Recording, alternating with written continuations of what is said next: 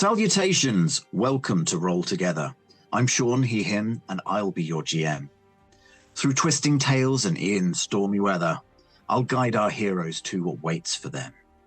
Two households, both alike in dignity, in fair Kythyss, where we lay now our scene. From ancient grudge, break to new mutiny, where owlin blood makes feline hands unclean. From forth the fatal loins of these two foes, a pair of star-crossed lovers vanish here, whose misadventured piteous overthrows do with their loss provoke their parents' fear. Until this day, thou hast kept thine own peace, mindful to favour neither family. For though thou wish'st this feud should ever cease, thou art not owlin born, nor tabaxi. Behold, a night of dungeons and dragons. But 'fore this tale unfolds, let's take our leave, for arrayed around me are many friends. Let's meet the players of this fateful eve.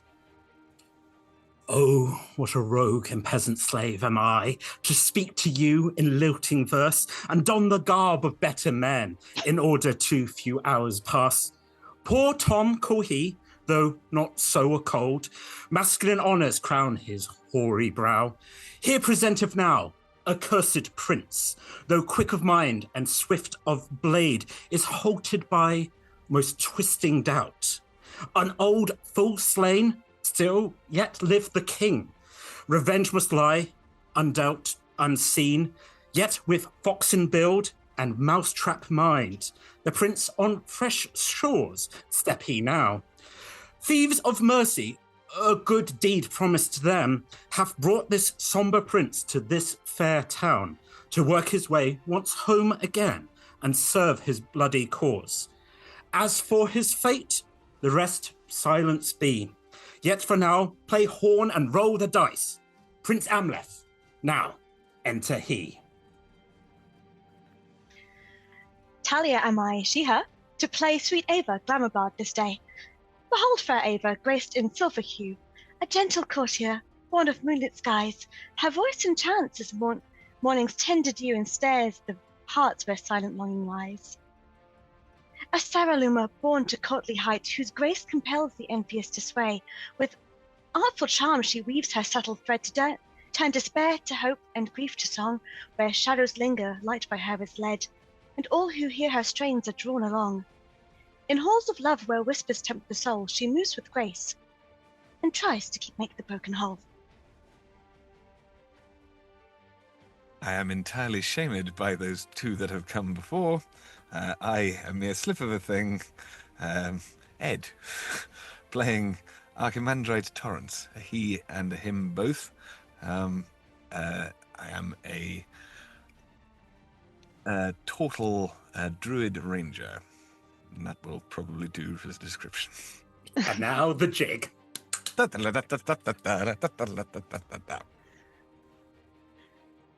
least that makes two of us. So yeah, Astrid, she, her. I can't do the fancy intro in a second language, so excuse me, it will be very plain as well. Understood. My character is called Bryn. She's a barbarian half-orc. Not the brightest bulb in the room, but she has a heart of gold. And she somehow always gets lost, and she just happened to be here. So she's been doing some like bodyguard jobs because like strength is her core. So I think she'll have fun. Thanks one and all for joining us tonight.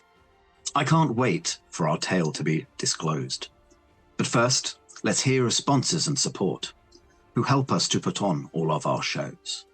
Check out our sponsor, Phoenix Dice, for carefully crafted click-clack math rocks for use in your favourite TTRPGs. Phoenix Dice work with recycled goods, meaning their products and packaging are all made from sustainable materials. You can go to phoenixdice.com to check out their entire selection, including some limited Roll Together dice. And if you use the code ROLLTOGETHER, all caps, At checkout, you'll get 25% off your next purchase. Big love to our D20 Club on Patreon. They're great. You're wonderful. We love you so much. And they help us keep the kobolds in line, which is very important. They get up to all sorts of cheeky jam-related activities. Anyway, the D20 Club, they've created a fan Discord where you can come and chat about all things Roll Together. And they've created a wiki page to help you keep track of all of our stories, which you can find at rolltogether.fandom.com.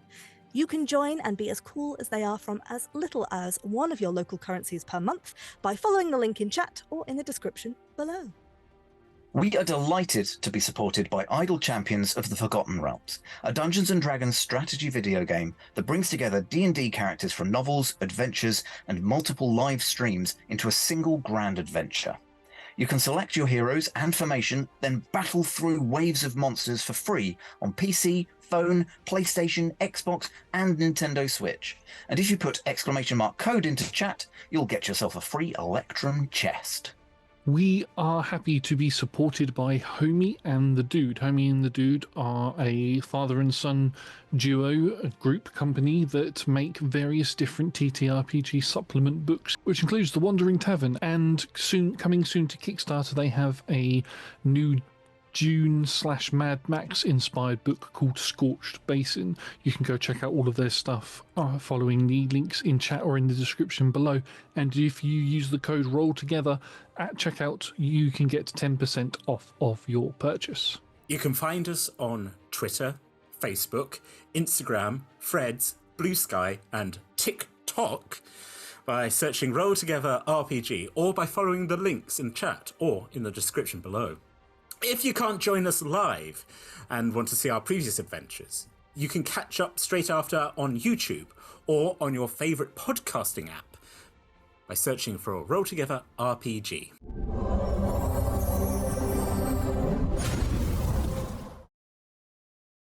Hello, and you'll be glad to know that the iambic pentameter phase of the is done. Even Shakespeare. It's not true.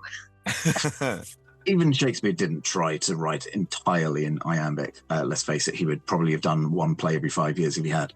But our scene opens now. We are in Kythyss, a town of rent in two by this feud that has been going on between two families, two noble families who have very similar nobilities. We have, on the one hand, the Montabaxis, and on the other hand, the Capowlets. They have been at each other's throats for countless decades. It has gotten to the point where the town is rather fed up with this, as understood, and we are joining them at the brink of when this feud potentially reaches its zenith. It is but a normal day. You are in the market square in Kythyss, as we all know, not quite a square, more a trapezoid, but you try rhyming that.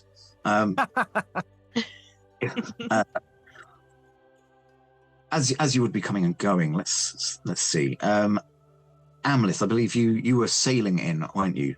Sailing?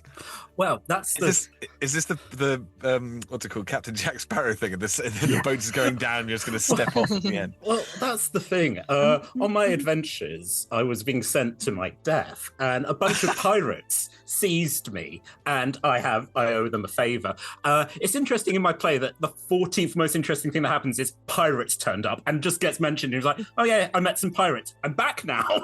Let's never discuss this again." So yes, I have been I've either been dropped off here, or I'm about to be dropped off here as I make my way back home. Yeah, I think probably on their way through Kythyss. Kythyss does have, let's say, rather loose morals when it comes to imported goods. So it would definitely be a good stopping point for the privateers that you were sailing with. So yeah, I suspect you'd probably have been dropped off here. That they won't go into the mainland, so here to secure potentially slightly more above board travel onwards. But you find yourself in the market. Who else would have been? You've all found yourselves here. How did Ava arrive in Kythyss? Oh, Ava's always been in Kythyss. Oh. She has grown up in the courts here. She's currently in the market square surrounded by her flock, looking at some of these newly imported items to find ones of less, although not necessarily no, dubious quality, and of good quality for the lady in which she serves. Ava is any number of one of those background ladies in any play. Nice. Just doing all of the jobs. So yeah, she is off there. Yeah. The tensions in this town have grown most quarrelsome in recent years, and she is just trying to get by and flutter around as she does with her little flock of lower attendants, medium attendants. She's quite high up on the attendance list. She's got a lot of people to do her bidding. Yeah, she's got a train of servants behind. Well, smaller birds. Yeah, exactly. Flutterers. Proudly. What about, and I'm going to pronounce this now hopefully correctly, Archimandrite? Yes. He is a wanderer, sort of nomadish person, but the sort of center of the wanderings is always this place. But usually when things start getting het up like this, he would be out, but unfortunately he's sort of run out of food and arrows, and so has had to come back and restock. But he's going around sort of giving the nod to, because he's, I think I decided, turtles are roughly the same as humans age-wise, is that right? Yes, which is ridiculous. Like they should be like 400, 500 years closer to elves, but yeah, no. Apparently not. But with this, yeah. So I'm thinking he's sort of in his like 70s or 80s, sort of, not doddering, but very much the sort of old school fellow, and he's going around and just tipping his cap to people because he kind of knows everybody, but also everybody who he used to know has died. It's that kind of feeling. Lovely. And Bryn, what is Bryn up to? How did Bryn arrive here? She just got lost and happened to arrive here. And then she needed money for food. And because she's big, she started getting like manual jobs and like bodyguard jobs and guard jobs.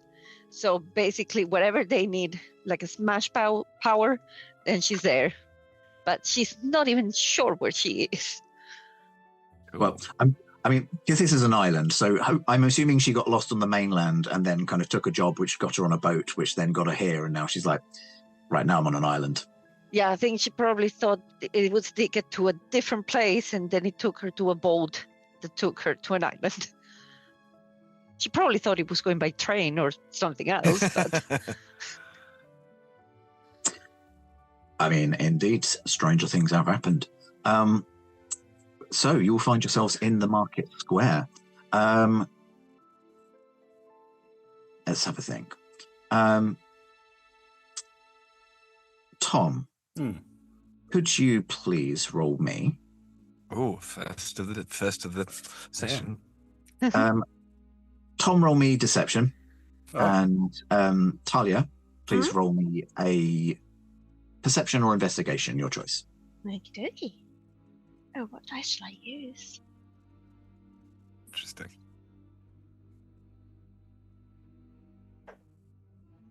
Oh.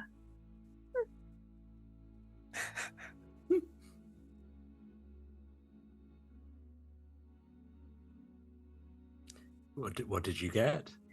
I rolled low, so I only rolled a 14. That's a shame. I got a 26. What? Okay. That's a good start. Yeah, that's amazing. We're all level 6, right? What the hell? I'm a sneaky rogue of a man. Oh, fair. I can tell you that my charisma-based skills are much higher than my wisdom ones. above makes table. sense. I'm a mastermind rogue because, you know, I do a lot of thinking. Cool. And when I act, things go bad. I have a lot of big thoughts. This is good. Ed, I'm going to love playing with you because I'm like, tell me, Sarah, what know you of the world? Oh, everything. Marvellous. Yes, so yeah. So, There you deception of 26 and a perception of 15, you said? 14, not even 15. Not even 15. Okay.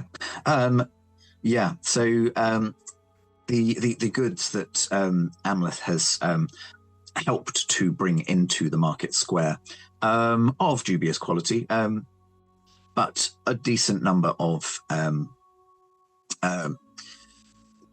various sailing kind of like items, the sort of thing that you would find on a boat, potentially like a naval vessel, not normally seen off of a naval vessel for sale, but here they are. I'm sure it's all legit. And they are nothing that would cause disgrace to my lady's name. Hi, madam. Nothing here that would cause anything resembling shame. This is good quality stuff. In fact, a king himself may rest upon these sheets and have the most beatific of nights. 'Tis fair. My lady Rosalind. Rosalind. Fine. Whoa. Right. Thank you. I worked hard on that pun. is fond of trinkets, especially off the sea, for she does yearn to travel so, and is much prevented from doing so by her duty. But she also does get much vexed by those which, promise her the hope and dream of adventure and fall short. Aye, it is true. Often those may speak with honeyed tongues and promise fair ladies. But I do believe, as I duck in and basically go into my own bag and pull out, we have here trinkets, we have coins from foreign lands, and maps, and Shells. shells, and a seal belonging to a foreign... A seal? I feel that the poor boy there is possibly not one for sale. No, true. That would be most. So look at him. He's like, "Oh!" I'm like, literally talking like, no, not today, Sebastian. He's like, "Ooh." Sebastian must return to the sea. But fair lady, if there is anything here that catches your eye, please speak up, and I'm sure bargains may be made. But one must look with the care and diligence, for as we know, all that glitters is not gold. Why did I just hear a bell ring? I've Adam, too true. You do speak wise beyond your years. Anyway, one mustn't overthink it. There is nothing either good or bad. Thinking makes it so. Overthinking would be a curse, which is true. It is action that should lead those to their true goal. But one hopes that the insight of new companions makes our journey and our path much easier. Aye. In all honesty, madam, I am new to these lands. Where may a humble traveller find a place to rest his head, and perhaps even fill an empty belly? Well, there are many places which, if I was more of a scoundrel, could send me, but no, quite honestly, there's Use Head back in the third row from the street. If you go 3 rows down, and then at the back, and then you say that Ava sent you. All right, yeah, much appreciated. Yeah, yes. That's great. She wasn't set up for castle, courtly life, so I went and set up. She actually runs the pub now. She does a really good job. Okay, yeah, okay, up there, send Ava, say. Yes. Yeah. Cheers, mate. In the best Shakespeare, where they suddenly completely drop any kind of verse. And they're like, you're right. All right. Yeah, absolutely. That's fine. Great. Yeah. Also, I'll have that one. Yeah, the little spinny thing with the anchor. Oh, yeah, the little windlass made of... Yeah. How about 5 gold? How's that sound? Really? Come on. Really? I mean, we did barter wits. 3 gold? 2.5, and I'll get some extra rations put in as a favour. Deal. Lovely. That was amazing. Well done, guys. That was really good. With this scene unfolding, Archimandrite and Bryn, I believe you would have entered from the from the north of the town, from where the kind of forests are. Bryn, having kind of come into a different port and made your way south along the island. The carriage that took you both into town would have been given you kind of fair cause to talk along the way, and you would have found that you were both headed into the town square. Bryn probably because the mercenary board, the kind of jobs board, would be outside the town hall, and because that is where the shops are. I need to. I realise I haven't given myself any money, but I'm assuming there could be. I don't mean as in like he gets given stuff for free, but that he just knows everybody, and so is like, "Can I get some arrows? And I'll get you the money when." He's not sort of taking the Mickey, but he is like, just I don't have any money at the moment. Can I do the bartering thing? Like, you know what I mean? Like pay you next Wednesday kind of thing. I'm pretty certain, having 70, 80 years under your belt, you're I'm going to keep pushing the age up. 102. Exactly. Kind of made enough friends, made enough of a name for himself as well to exactly. To trade off of credit. Exactly. Thank you. I think as well, there's being a druid, there's herbs and poultices that he can supply to people, and he's got there's a medicinal background. It's not like he's a healer, but like at least sort of dabbles in that kind of area, I imagine. So it's probably homeopathic, to be honest, but you know what I mean. Bit depressing at the same time. It's a living. Yeah, exactly. Okay. And how much has Bryn shared about herself along the journey, do you think? Not a lot, to be fair, because she's not sure what she knows or what she's had. She was sure she was riding a train that suddenly was in the water, and then she was in the middle of the island, but then she got hungry. So she started, because she didn't have money and she didn't know anybody, what she started to trade was like manual labor. So you need wood chop, she'll chop the wood. Some days it's like someone needs a bodyguard for the daughter of someone, she's there. Best days is when she has to like cat sit. That was a good day. That's so cute. Okay, so I think Archimandrite, in the time-honored fashion of old people, would have just asked, just kept asking questions. So where have you come from? Oh, no, that's not the accent. Hang on. So where did you come from? How long does it take you to get here? And just, it doesn't matter whether the answers are a lot or a little. It just would have, but also probably wouldn't have really taken anything in either, I don't think.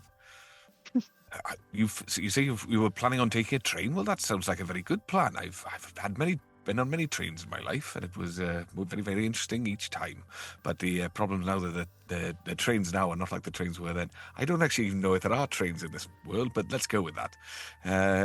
It just would have been a waffle on and on and on. Yeah, I didn't know trains could be in the water, but then suddenly the train that I was in the water. Right. Well, exactly. That's a very odd train, but if it works, then it works. Yes. Brought me here. Well, great. I'm very glad you're here. Thank you for whatever it was that sent you. You do seem to know everybody, though. That's good. They do give good jobs, though. If you know anybody who needs cat sitting or dog sitting, I like those jobs the best. Can't think of many cats that don't work a pretty good living around here just looking after themselves, but we'll see what we can find. Thank you. Speaking of cats, what is everyone's passive perception? Yeah. Oh. 15. 17. 14. 14. Oh, that's all pretty dang high, actually. So lowest there is 14 14, 15, and 17, yeah? Wow. Okay. Nothing's going to get past you lot. So, as you're kind of going about your various business and trading in the town square, you are suddenly made aware of shouting coming from the centre. Lots of mentioning of accusations of biting thumbs at people and quarrelling, that kind of thing.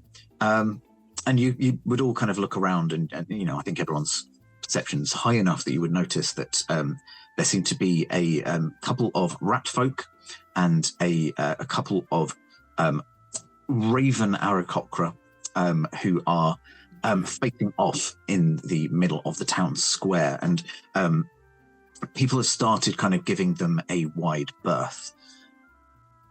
Ava and Archimandrite, you are the only ones who are from around here, so I will give a pair of history rolls. The other two, if you want to roll history, you can, but it'll be at disadvantage. But let's see how far flung this feud has flung. Yeah. Ooh, 18, which is Same. Also 18. Nice. We're on it. Amleth and Bryn, are you going to bother rolling, or don't think you'd have? My history is -1, so I actually got a 5 with that. So. And I got a 12 with disadvantage. Nice. Okay, not bad.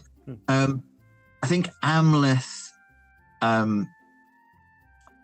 I am sorry, you're not going to have known anything about this.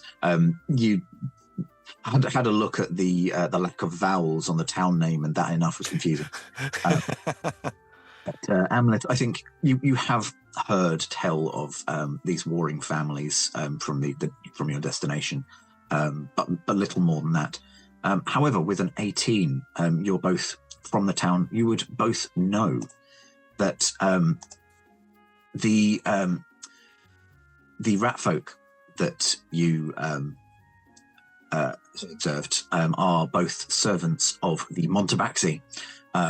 One is Volthazar, who is short, stocky, has dark tan fur, but kind of wears fairly simple peasant clothing. But maybe like a slightly nicer jerkin has been invested in from the family.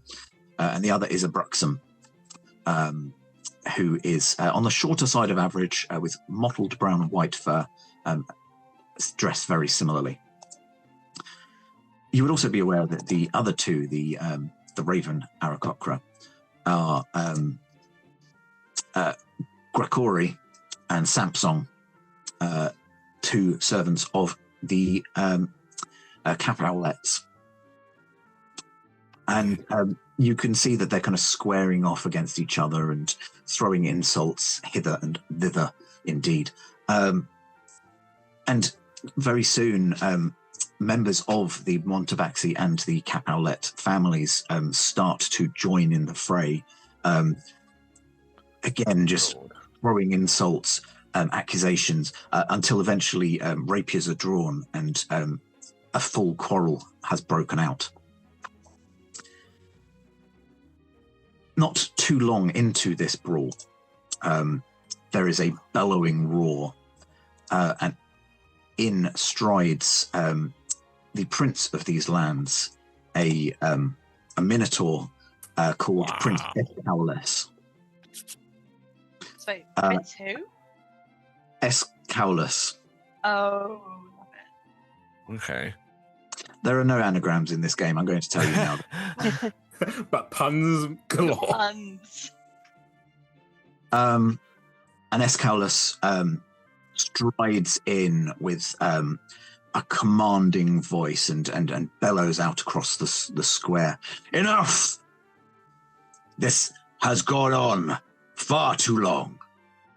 You need to put your differences aside, or else there shall be consequences.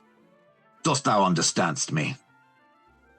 And both sides, the nobles on each side stiffen they're showing a due amount of respect, but you can see that there is a certain amount of defiance there. The servants appear cowed.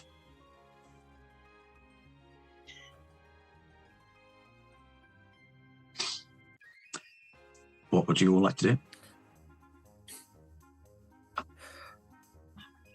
Is Ava still by my little pop-up table? I had been prepared before the prince came here when it was just the servants, to throw myself in and to try and calm the situation down. Yeah, me too.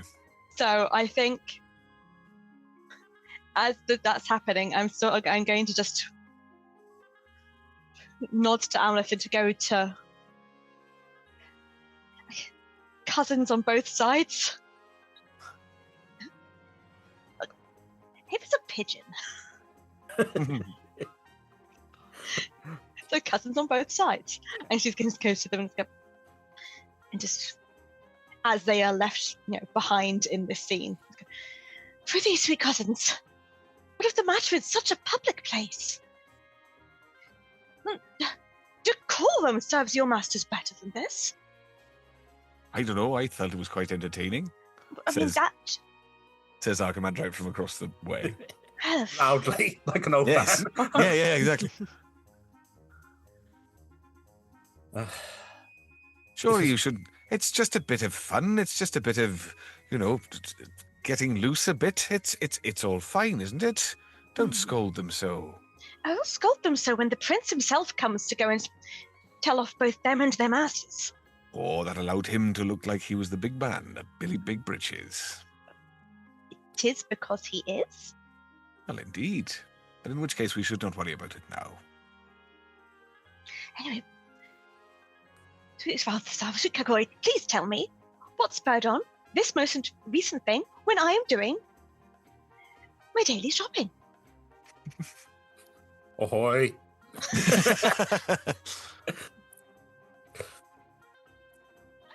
I tell thee. And then I will tell on thy mothers.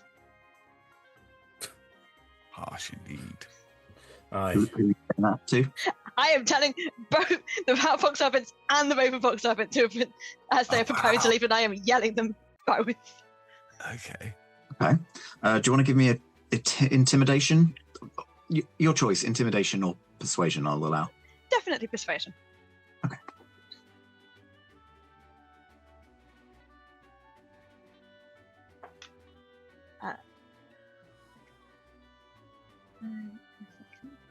Give me a second just so I can see what my feet. Can I help her with intimidation? Because that's the one thing that I'm good at, and I like flirtation. Grin in the background, just quietly. And I just rolled my the love, 20 I'm going to tell you to 3. start off with it's a 24 at least. Good work.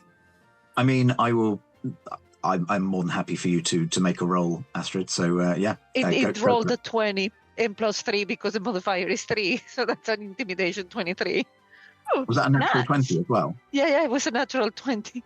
Wow. Nice. Baby. Also, I will say now, I do agree with the rule that when it comes to barbarians, you should be allowed to intimidate with your muscular strength as well. So regardless of whatever it says for your plus, what's your strength modifier? The strength is, give me a second, plus 8. Oh, 28. Yeah. So I think persuaded would have worked on its own as well, but intimidated just in case as a backup. Good. And you can't even tell on me to my parents because I've got backup. You kind of Volthazar and Abruxum, both you just kind of hear this.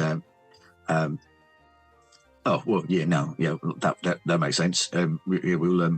We'll tarry here no longer, and kind of scurry away. Meanwhile, Grigori and Samsung. Yes, well, it certainly would be big scary. Bye. You didn't answer my questions. Excellent. Pursued by Bryn. Oops. Good work. Yeah. I'm going to say Amleth because you do have the highest passive perception. You notice the Raven folk have left, but there is a much slighter, similarly another Raven Aarakocra, but with kind of a very slight, kind of almost boyish kind of frame and dark blue sort of tinted feathers. Seems to be wandering around looking forlornly at a piece of paper. Now, child, you seem much afeared and much distressed. What seems to be the problem? Could I interest you in a windlass? As I reopen the case. Fell off the back of a bus. Fell off the back of a Of the train. The underwater train. Yeah. That's the train. It goes underwater, kind of like the Eurostar. Lots of tunneling. You heard it here first. This AU Kythyss has underwater train system. Because if we know anything Nothing about else. Shakespeare. Oh yeah. Yeah. Massive anachronisms the whole way through. Forgive me, sir. I do not quite know what. What did you say? Windlass. It is a part of, what I believe to be of great nautical intelligence. But these lands seem to have great technology beyond my ken. But no, but I am not here to sell. You seem much troubled. Please share. Oh, my name is Tweeter. I serve the house of Capowlet. My lord has given me this list of guests to invite to a party hence tonight. However, alas, sir, I have been given this list of names, but I cannot read. Tell me, would you be able to find your name upon this list? Oh my god. Please let's all take advantage of this. Says the turtle from behind me, out to the audience. Exactly. Everybody. Get on over here. I good youth. Let me run my eyes along the list and see that surely my name would be on such a fine piece of vellum. Yes, John. I was just very sort of politely lean over the shoulder of this small child and have a looky-loo, to use the traditional Shakespearian term. You'll be surprised to learn that none of your names are on the list. What? However, if you wish to tell him otherwise, roll me a deception roll. Oh, right there. Sorry, you said perception or deception? Deception. D. We are lying through our teeth and other mandibles. Ava got distracted. What are we rolling for? There is a small child who says that there is a party happening, and we are with a 16. I go, aye, Sarah. There upon here, right at the top. Truly, I am a guest of honor. I am looking for the Lady Rosalind, because the Lady Rosalind is, of course, invited, and therefore I am invited as part of the retinue. I'm with her. You say the loudly. bodyguard. It does appear that I am invited, and as is, Sean, is the Lady Rosalind invited to this party? The Lady Rosalind would be. This is yeah. What was the pun name that you said? I wasn't quick enough to type it down. Rosalind? Or Rosalind. She's the lion. Raw. Raw. Raw. Leonin. Good. Rosalind. Very good. Leonin. Yes, Rosalind would indeed be in attendance. So yes, that is. 'Tis my lady there. So yes. Oh, I remember these invitations. I had quite forgotten the closeness of the date. I was fully aware, and I would have reminded you, dear lady, if you had only asked. I'm going on the fact that I got a 3 for my deception check. I got an 8. but I'm gonna go with under bodyguard. Oh, nice. Yeah, that works. And Sean, what's another name on this list? Another name? They're going under Rosalind. I am also a guest. Oh, Go yeah. on, give me a punny Shakespeare name. I mean, I definitely Of course, you should prepared it. prepare something. What about- Yeah. I'm thinking festival season. Tis I, the Jolly Jester, That's so very Festival good. season. There we go. I just being like, Amleth just turns to the audience. By my trough, I do not know why I chose that name. It seems that these compatriots had better plan, but yet I am but a puppet of fate. Festival season, tis I, here to entertain the good family. Fortunate you are, small one, that you found us and this fine lady, bodyguard, and healer.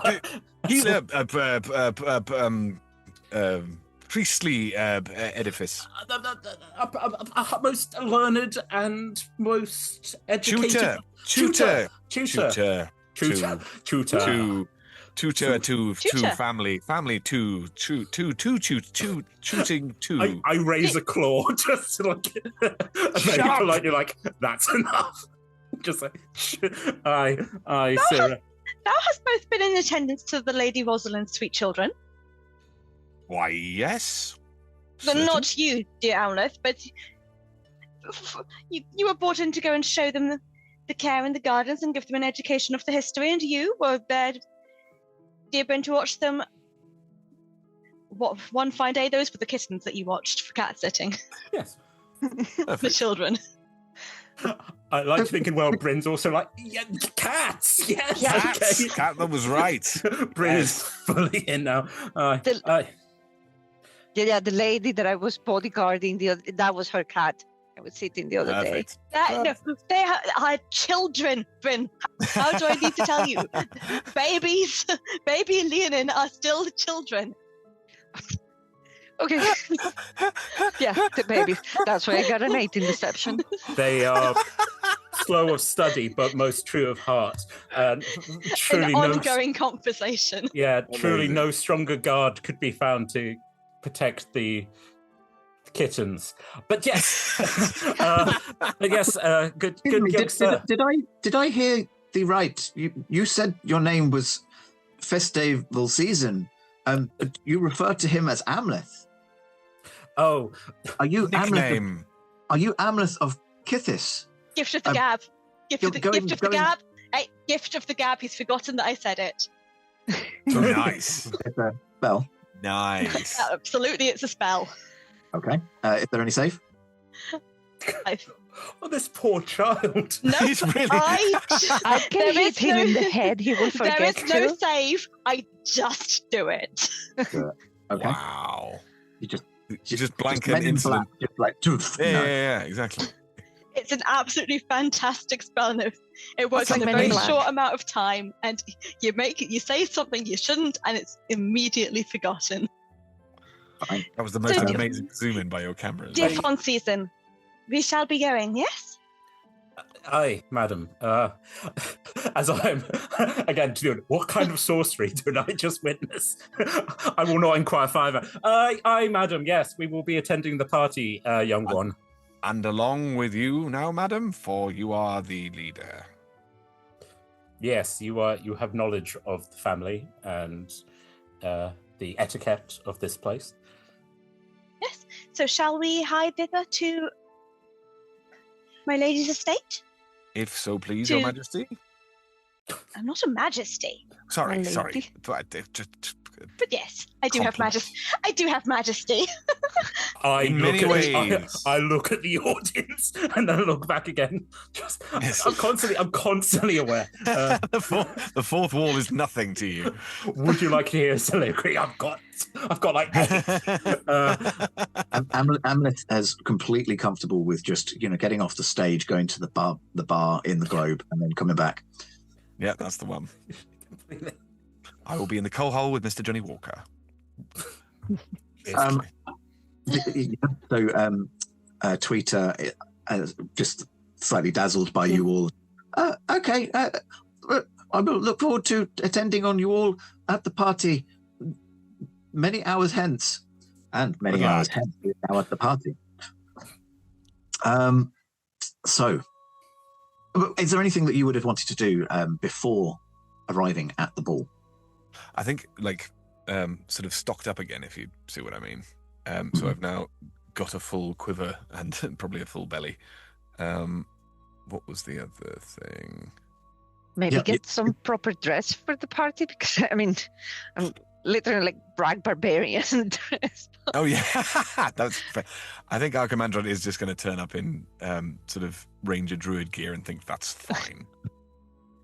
So if you want to turn up with me, like we can go sort of arm in arm. Yeah.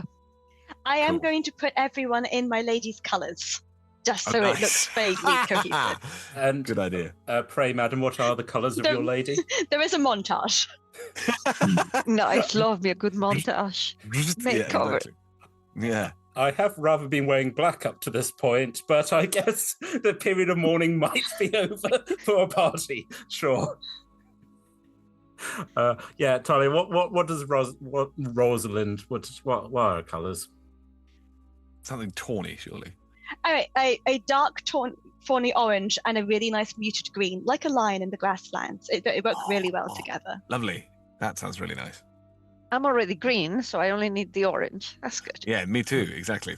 And I'm a fox, so I'm orange. So Already. This is a You're nice. wearing the the ribbons have them in spirals. You're wearing the ribbons. Fair enough. Far be me from to argue, madam. I shall don gay apparel and dance a jig. Very confused. So yeah, not a yellow garter to be seen. No. Thou art able to attend the ball.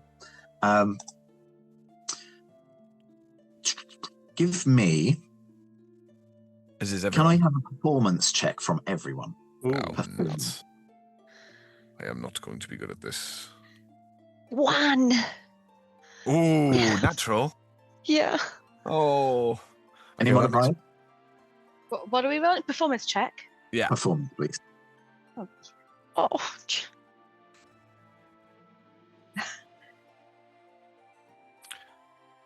Mine was a 4, which isn't as bad as that, but it's not good. It's all good. It's all good. Bitch. Natural 24, 31. Nice. Wow. 31. So you make up for all of us. 31. That's insane. You now. So I have a plus 11 to performance. that is Oh, wow. amazing. That is incredible.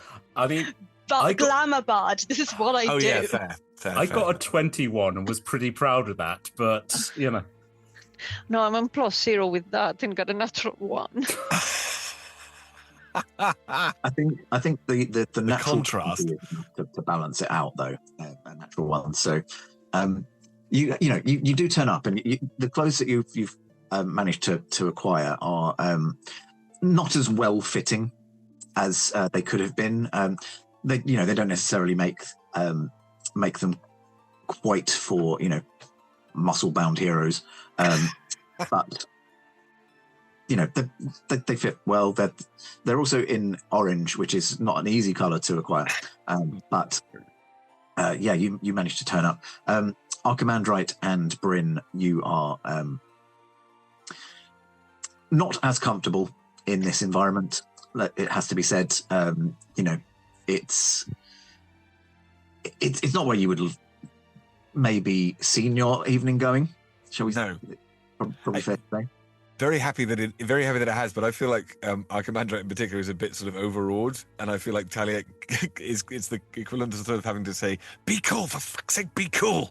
Like it's that's the kind of feeling that she keeps having to say to our commander because he's sort of gazing around, going, "Oh, this is very posh, isn't it? Wow." Yeah, That when kind I of heard stuff. party, I thought it was going to be food, but people here are just dancing. Exactly. It's that Peaky Blinders moment with Cocktails. David going down the line. No fighting. Yeah. Like but 10 other courtiers here because at various places who actually are doing their jobs. I'm just going, you don't trip over. You don't go and get sick. You know that the milk makes you sick, and you have a job to do with the Lady Rosalind. No fighting.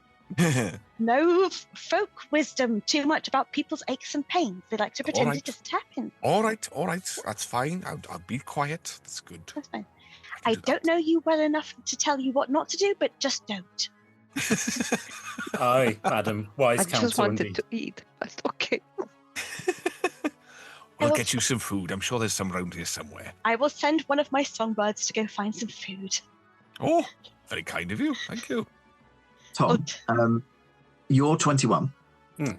Do you think you are trying to pretend to be comfortable here, or are you trying to pretend to be less comfortable here because you actually are comfortable here? I am putting on the persona of someone who is not a courtier. Yeah.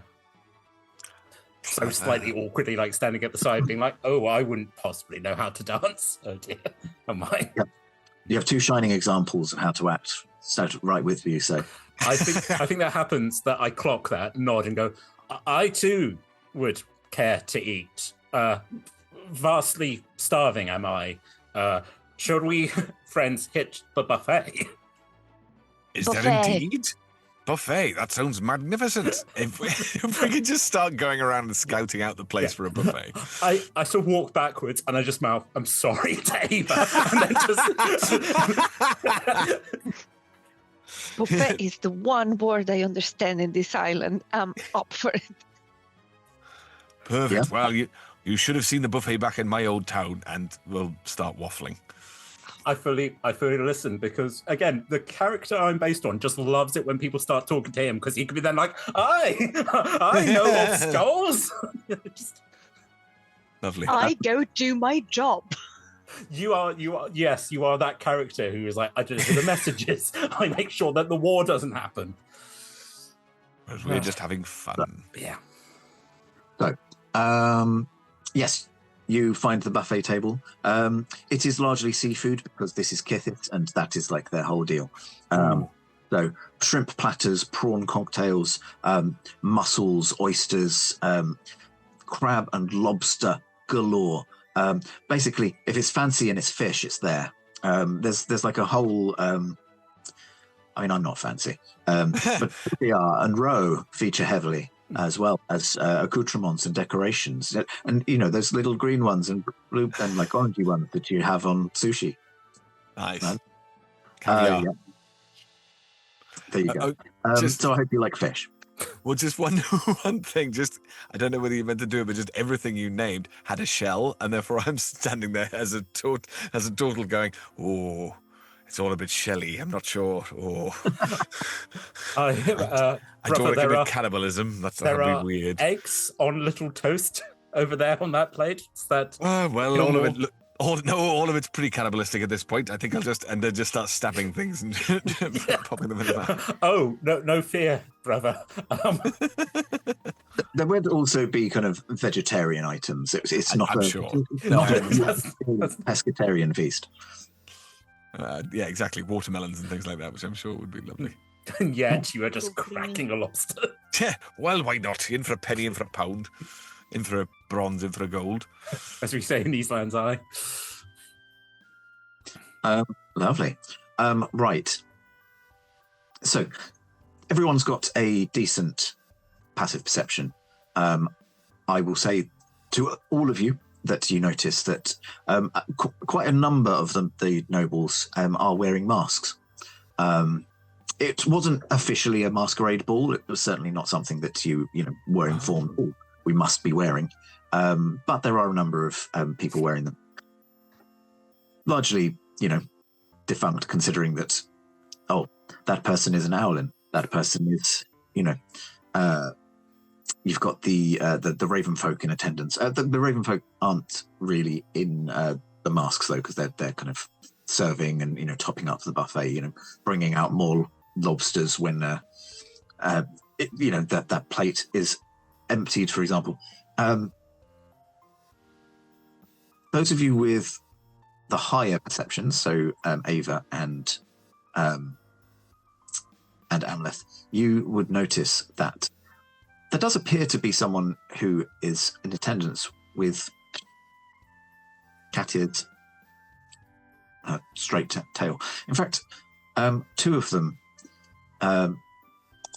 also attending with a much slighter than the ruling Minotaur, but another Minotaur in attendance.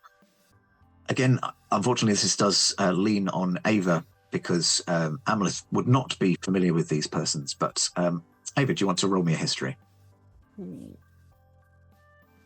One of them I'm going to give for free anyway. No way I can. I don't know. I'm trying to argue a way I can give myself advantage, but I can't find a way to.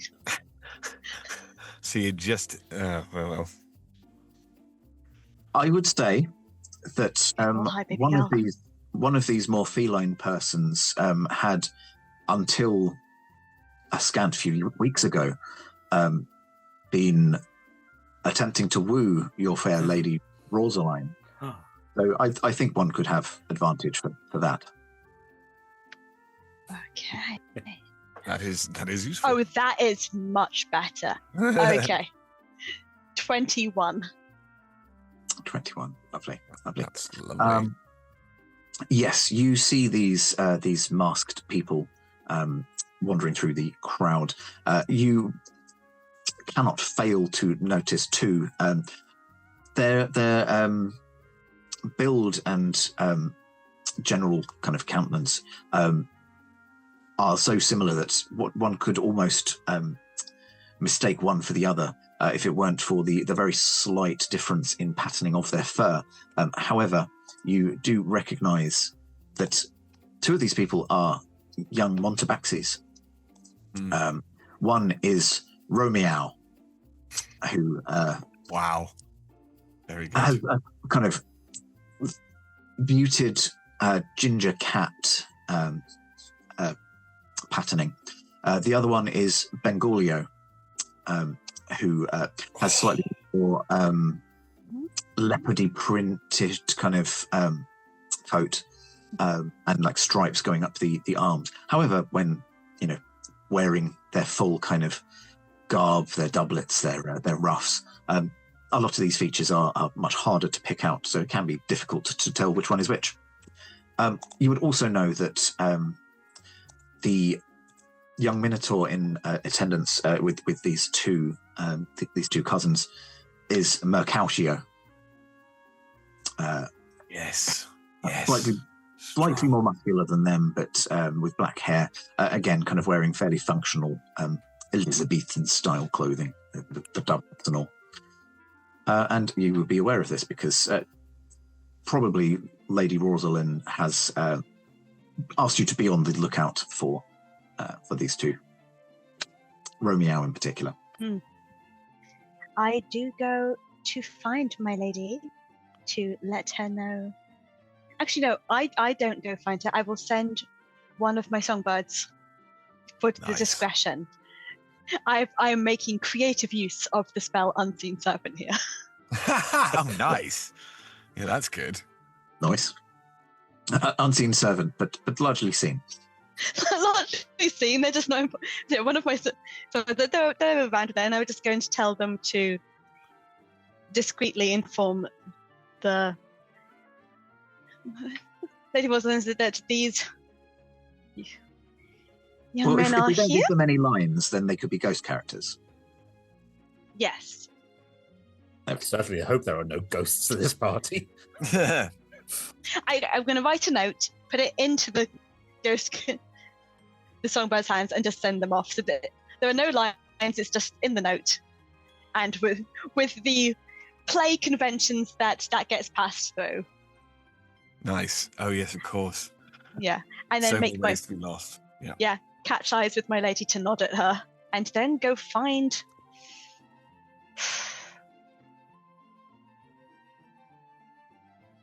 Here's the thing. I don't know exactly what's going on with Amleth, but I know, like, game recognizes game. I think that's fair. I think. Yeah. So you coming to find me?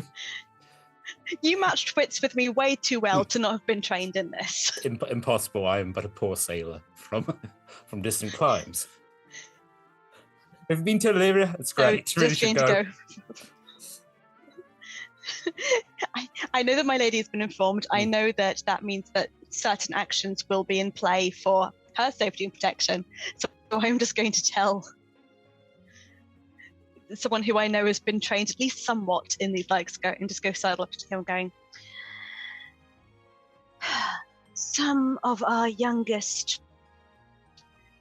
most self-important members are here. Keep an eye that they do not start trouble. Be prepared to distract if needed.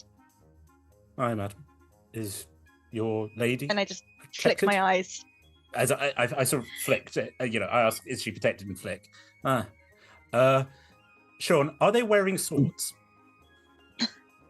Are the guests in attendance Yes. wearing swords? Yeah. They have not arrived armed. Right.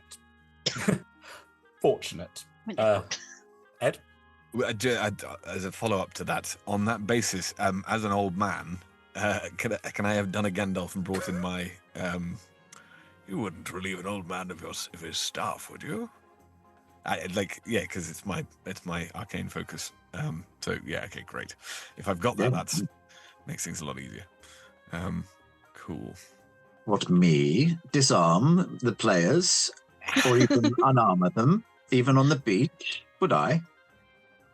I don't know. I'm Yes. suspicious. Is that worth noting, Sean? Have we had to unarm ourselves to come to this party? Oh no, I never leave my axe. Wow.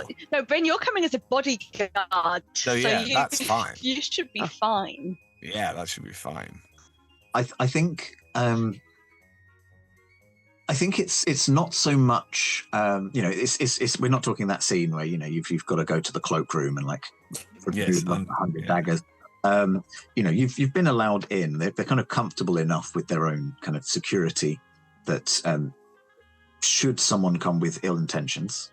However, these two particular ones, Romeo and Benvolio, being from the family that they are with and having managed to slip into the party, have clearly come unarmed so as not to cause a ruckus.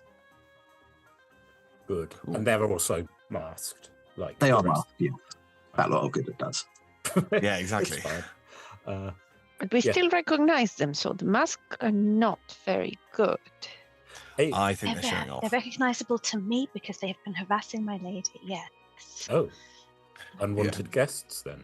Oh. Well, I was going to say, I like the idea that sort of during this, because neither Archimandrite or Bryn have any sort of aspect of thing, can we have kind of started having an eating contest? Just to see who can sort of, eat the most prawns or whatever the thing is, and do the like a constitution check. I mean, I was absolutely going to ask you for constitution rolls. Yes. Okay, cool. Just anyway. Okay. I love this Shakespearean B plot that's going on. Yes. I love it. Just having a fun time. It's very Falstaff. It's just like exactly. You were worried about the shells. I ate it with the shell. I don't care. Now you crunch. Exactly. Would there be a saving throw? Would it be a Yeah, Constitution saving throw for both Archimandrite and Bryn, please. 16. 21. Nice. Oh, we win. Okay. You both high five. Yeah, exactly. Yeah. You both, neither of you are going to throw up on those rolls. Cool. Fair to say that Archimandrite, you do start to slow down and realise that you're reaching your limits well before Bryn even pauses for air. Perfect. But certainly there are other kind of nobles around, and you can see kind of a few of them are like holding handkerchiefs to their to their faces. Oh my. That's definitely the intention. Oh, you got a good appetite on you. Is it Bryn? Bryn, lovely. Well played. Enjoying that very much. Good food. Good energy. Yeah, exactly. Is there any booze? There would be champagne. Yes. Oh dear, I think I might have to make another con save for the amount of champagne I'm going to drink as well. Please do. Go on. It's the equivalent of having a disadvantage, which is what the alcohol would teach you anyway. Bryn is not done with the prawns and the shrimp, so I think she will just keep on with the shrimp. Yeah, exactly. I think Archimandrate. Well, I've just got an 8, so Archimandrate is probably not sober at this point. You are effectively poisoned. Yep. So yeah, ability checks with disadvantage until one has had a chance to get over this. I think it's fair to say. That's completely fine. Oh, But it's turn your character into Stefano now. Sorry. You decided to turn your character into Stefano now instead. Yeah, a little bit. Exactly. It's sort of the problem is, being given a buffet and essentially a free bar because you just had to pick up ones. I think Archimandrate is going to really lean into that. Yes. If you are Stefano, and Astrid, I apologise because I realise that you will not have had the extensive Shakespearian English schooling. Yes. I'm going to say that perhaps you could have been Brinculo. Very good. We're just doing all the clown characters now. Yeah. It's very good. They're the memorable ones. Yeah, exactly. That's we already dropped Festive, so yeah, we got. Right. So, Ava, you have sent a message off to Rosaline, and you can see that she has started to make her way around to where the Lord Capulet is stood. You can see that Lord Capulet is there with his nephew, Tybalt. When the news is delivered, you can't really kind of hear anything from where you are, but you can see that Tybalt is immediately enraged, even despite his shorter stature, is raring for a fight. However, you can see that Lord Capulet calms him down and seems to be speaking some words which, though not entirely heeded, are at least obeyed. I shall. I'm going to insert myself into the situation. I'm very discreetly. I'm just going to go and just put myself behind the left elbow, see if no one's going to stop me. Just walk my way across the room and just to be behind her in case she needs me. So you've kind of moved within earshot. Yes, I think she has. Okay. Not literally in this case, but yeah. So, as you... I don't know why I sent a message and then go to her. I could have just been more efficient. You want your songbirds to have jobs. That's Exactly. important. Make them feel included. It's also, Talia, don't know what else to do right now. Also, That's it a gives good her idea. time to prepare herself and then be like, oh, here's my mask, here's my performance, rather than just being like, hey, your ex is here. Yeah, exactly. So yeah, moving within earshot, you can hear that Tybalt is grumbling. Oh, it's not right having a Montabaxi here. Make a mockery of the whole do. And Lord Capulet, well, the prince did tell us that we need to make sure that we are keeping the peace. Also, I understand that Romeo is not quite as bad as all of the others. He has a good reputation and a kind heart, I understand. Lady Rosalind, what would you have to say on the matter? And Rosalind, who I'm going to point out now, I had an entirely different pun, but I'm going to completely go with yours. And come up with a slightly different accent. Well, I would say that he's persistent, indeed, but I would say that compared to many suitors is much less aggravating. No, I have told him a firm no. So, there's the rub. Nice. And that's kind of how that's the gist of the kind of conversation that's proceeding. Okay. Is there any? Is there sort of like the seas parting in front of the two as they're walking around, because they've got the masks on, but it's obvious who they are. Is there a sort of a sort of social wave? Do you know what I mean? Like he'd be able to, like, even that me and Bryn, even though we're both involved in getting ourselves a bit engorged, we would still see that. What is your passive insight? And mine's 17. 11. Okay. 17, 11. What about Ava and Amleth? 15. Insight, 17. Okay, yeah, so we've got Bryn accepting some pretty high insight there. I think you can tell that there is a certain tension from the Owlin members of the party. However, not everyone here is of the Capowlet family. There are nobles from many different houses here, many different species and personages are in attendance. They don't seem too fussed about it. Okay. It is fairly clear, despite the masks, because they are of a slighter frame than a number of their older cousins, who these two are.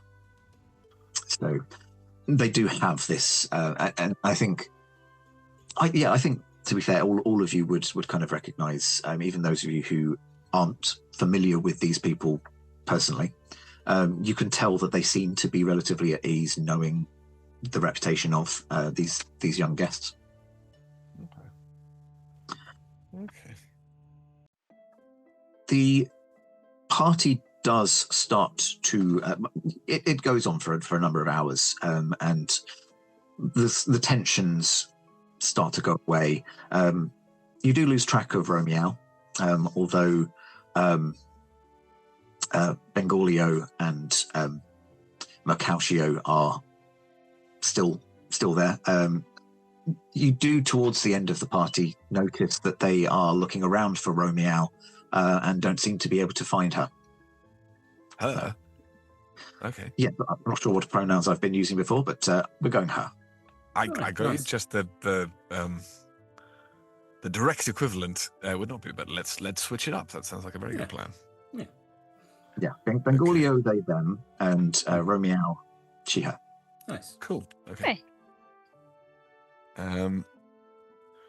On that basis, how drunk are you?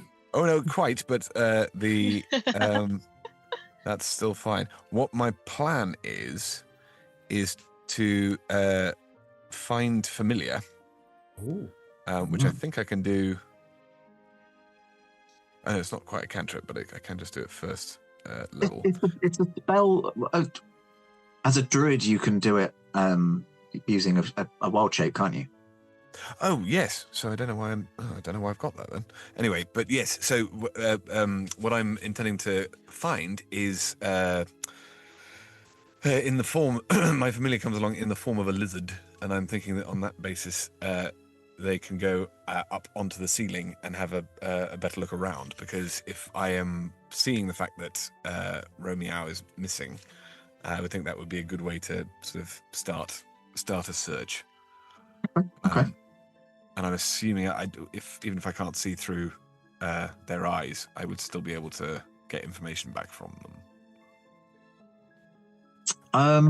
I think find familiar. You are able to do that you kind of surrender your own senses. No, you can absolutely do that. I won't ask you for an immediate name for your lizard, but feel free to give it.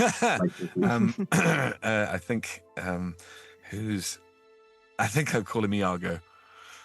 He's the most reptilian of all of the characters. Okay. Oh, yeah, so give me a... I'm going to let you use your stats, but give me either investigation or... Cool. Or perception. Yeah, either of the two, like looking around or... Yeah, absolutely. I think it's going to be perception. Where's investigation gone? Oh, yeah, no, it's definitely going to be perception, please. 21. Nice. Okay. Using Iago, you search around and you don't find any sign of Romeo in the ball area, and as the kind of congregation starts to sort of filter out, and there are fewer and fewer people to kind of be in the way, you kind of clock that she's probably not here. To expand the search out, sending Iago away, and you do find Romeo outside, signing up to a window in the common sign language, where you can see that there is a young Owlin stood on a balcony. You gather from... does Archimandrite speak sign language at all? No. Had lots of options, chose Abyssal, among other things, but did not think to pick sign language. That's a very well done... yes, particularly... Also, I'm thinking... from the point of view of if I'm searching around the outside, I probably would have changed Iago into a bat. And so on that basis, I think there would be shapes, but probably not that much other information. So I don't think the sign language would even be sort of, comprehensible anyway. So I don't think he gets back any information on that. I think it's not until the end of the conversation, her voice from inside calls the young Owlin away, that you get her name, Julie Hoot. And amazing. It's at this point that Romeo silently sneaks away, and Julie Hoot returns to her nanny, who appears to be a pig folk on the inside. It really is. As in, she's joined her on the inside. She's not just a pig folk inside, but something else on the outside. That's not what I know. So, having seen what Romeo is up to, I want to sidle over to Ava, if I can sort of get close enough, and go sort of whisper, not like particularly audibly, but just very unsubtly. Would you like to know what Romeo's been up to this evening?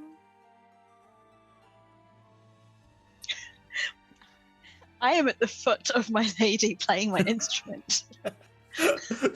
That's very funny. Yeah, exactly. And so on that basis, you can absolutely not respond, but he's going to go over and see if that helps. Anything? I'm going to go look at her for guidance. Yeah. Guidance on what to do for this situation. Also, what are you playing? What's your instrument? My instrument is what did I pick myself? It looks like a lute. Yeah. Yeah.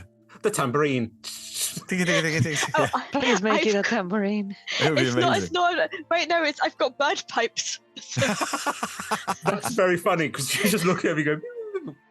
Were you getting your unseen servant to blow on them, perhaps? Oh, that's awesome. Yeah. That's such a good idea. I think my unseen servant is playing the bird pipes and I am just singing along one of those, like multitasking.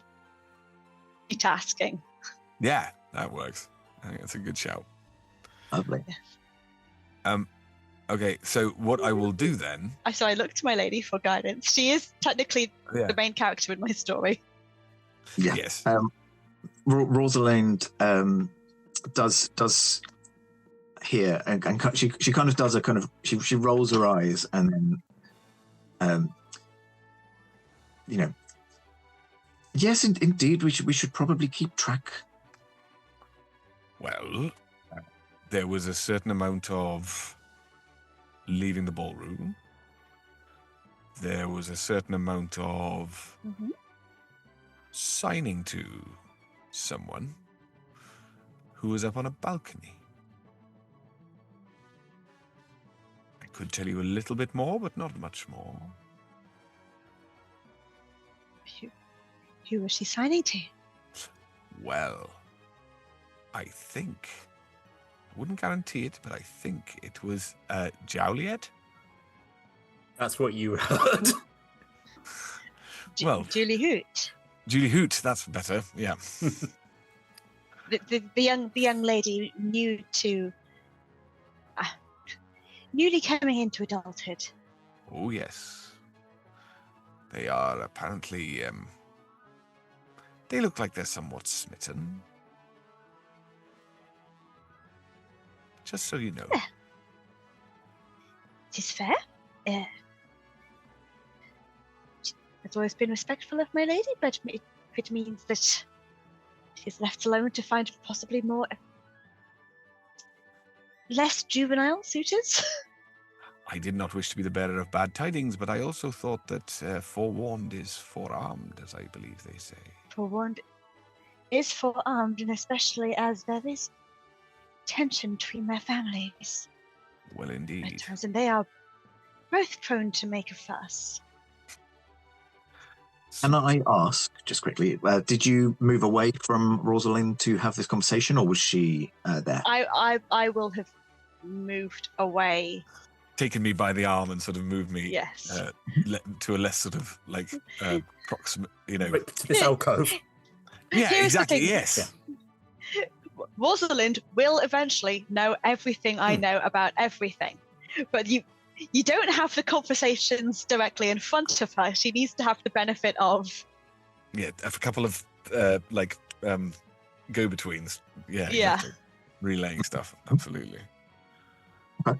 At what point do you think you would tell Rosalind? Would it be at the party, after the party? Oh, this is really okay.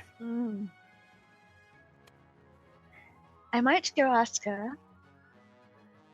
I might ask her how her feelings on Romeo and.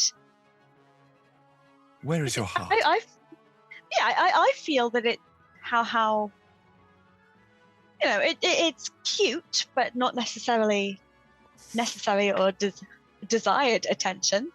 But I would wish to check in with her, as it has come up this evening in the party, her feelings towards this previous pursuance, and then I will follow up from there after that question. Well, it's... Hello and welcome back. No, don't worry. No more iambic pentameter for now. Before we do jump straight back into the action, did anyone figure out the riddle? Shout out some answers to me. No. I had no idea. I was like, oil, and I was like, that's not No right. clue. Yeah. It's like blood. Nice. Yeah, it's the flies are attracted to blood. Yeah. Not bad. Well, vampire flies? I don't know. Well, Astrid, you did say something. You said a word which is the answer. Just before we came back. Oh, you did? Go on. Did? I believe you said Poison. the word poison. Poison is the answer. Oh. Or specifically, Oh. Spain, if you were interested. Oh, That was the intention. I'm sure it won't come up later. It's fine. Yeah. Interesting. What happened last act? Well, we all met in the town square where there was a bit of a ruckus. Servants of the house of Montabaxi and the house of Capowlet starting off a fight, it would seem, in which the actual members of the house joined in, and the Prince Escaulus had to get involved. We then managed to find ourselves invited somehow, somewhat scrupulously, to the Capowlet ball, where multiple Crustaceans were devoured, and conversations listened in on. Gossip was to be had, and at the end of which we found that the young Julie Hoot and Romeo, and indeed fair Rosalind, had gone missing. Very strange. 'Tis now the morning after, and still no sign of any of the missing persons. You find yourselves again in the town square, and going about your daily business. Once again, there is a ruckus, and give me everybody history rolls, please.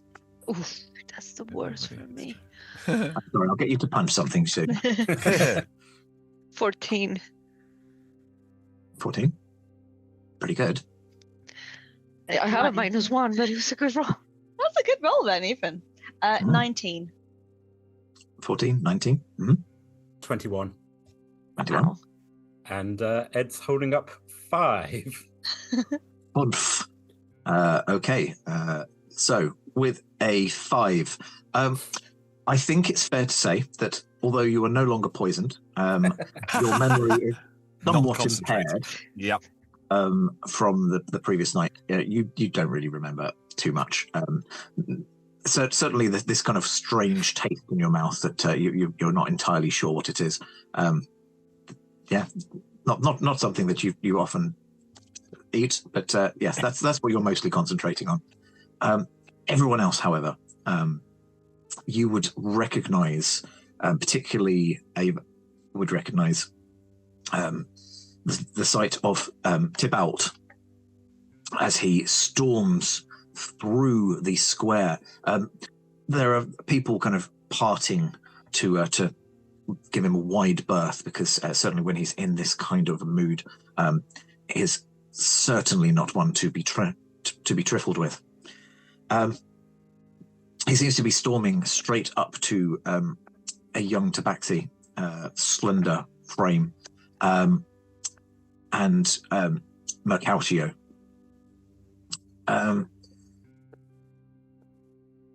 Those of you who are within earshot, I don't know how close you would have wanted to place yourselves to this as it unfolds. I think Archimandrite definitely would have been sort of like, oh, something's happening, and gone over to have a look. And so we'd definitely have been in earshot, I think. Yeah, Yeah, absolutely. me too. I'm running my stall. It's fine. Windlass. I'm not entirely sure I intended to give you a stall, but I've set up like a little table, so I'm just sort of like I've just some of the items, but just flogging. It's perfectly legal. I've got exactly. papers. I just Legit. yeah, Completely legit. yeah. Too legit to quit. I'm mostly selling my own items, but I'm like, it's from across the seas. You, those of you who are within earshot would hear that Tybalt is hurling curses at the young tabaxi, screaming about honor and righteousness, and how dare she attend this party. You pick up that Tybalt seems to be accusing this young tabaxi of being Romeo. I would say the only one of you with a history roll over 20 was Amleth, though. Amleth, you recognize that the tabaxi in front of you seems to be Bengolio rather than Romeo. It's difficult to tell them apart sometimes, but the markings you're fairly sure would mark them out as that. Would it be too risky, because we didn't really get into what I was doing at the party, where I was kind of circulating, and I think possibly considering like the political line, I talked to them, not being like, oh, this is going to be scandalous. So I might have had a couple of words with this And actually, you know what? I step forwards and say, Sarah, you are mistaken. It is not the person you are. This is Benvolio, an honourable folk of this town. You're much mistaken. Clearly, you were too much in your sack last night. As I'm just like, leave. Oh, Yeah. So, am I right in thinking that you speak Common Sign Language? I do. You do. So Benvolio does also speak Common Sign Language, although Benvolio mostly learned it in order to be able to converse with their cousin Romeo. Benvolio can speak, but you do notice isn't for some reason. Okay. Benvolio's doesn't seem to be, or rather, is attempting to speak, but nothing is coming out. Roll me a persuasion. Bardic. Nice. Sparkle. So is that a D6 as well? That is a give. What is my bardic? Yeah, a D8. Ooh, D8. 21 on persuasion. I'll tell you what, I'll add the D8 as well, because I feel if the fact that I've just walked in and gone, hey, maybe we don't have conflict here. With one of our most grumpy people. Yeah, 25 now. Okay. Very Nice. persuasive. I think anything lower than a 20, and I wouldn't have even considered the thoughts that it would get through to Tybalt. But you do, your words do strike a chord, and Tybalt falters a second. Well, if you are indeed Romeo, Benvolio, and not Romeo, speakest thou? Or is this a Montabaxi trick again? Nay, sir. I'll say my friend here is incapable currently of speech. But this is, you have no quarrel with them. See, they do not draw arms. They do not bite thumb. They do not turn back on you. This is a peaceful town, I have been led to believe, as a stranger to these shores. And you seem an honourable member of an honourable family. You would not attack an innocent in the street, surely? Mercutio is there as well, and does just come forward. Is also pleading the case that this is in fact Benvolio. Well, when you see Romeo, you tell her that I'm not happy. Also, you were the party anyway. Aye. My Lord Tybalt, how dost thee fare? The entire square does watch upon thee. I say, everyone's watching you, is the undertone. Yeah, exactly. Please commend my lady's respects to your dear father upon this day. Upon saying, pointing out that everyone is watching, Tybalt does start to kind of back away slowly from the encounter. Knowst thou that I am watching thee? And I thee at all times. Tybalt turns on his clawed foot, and the pair of cabinet servants who are attending him follow on, looking over their backs towards Benvolio and Mercutio and the servants that are attending them. Give me insight roll. Everyone? Everyone? Everyone, yeah. Everyone. Looking at this going on. Yes. Nice, natural 20, 21. Yeah, there we go. Oh, 17. Not too bad. Insight. I can read.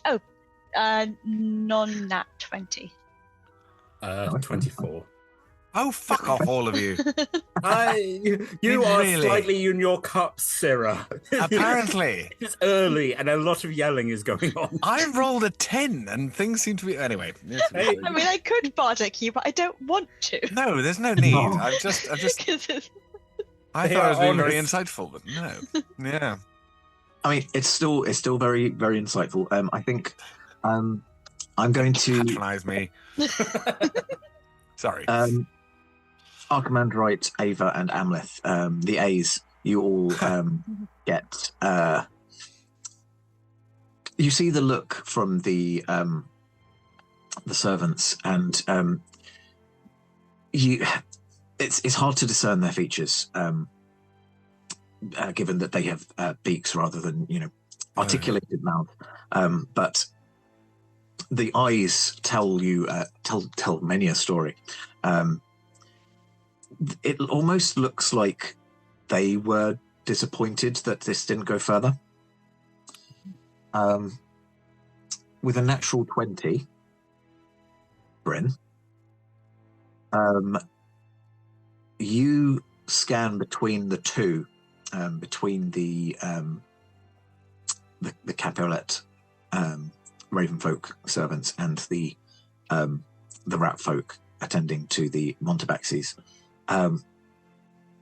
and you clock that there seems to be more there than is being spoken about.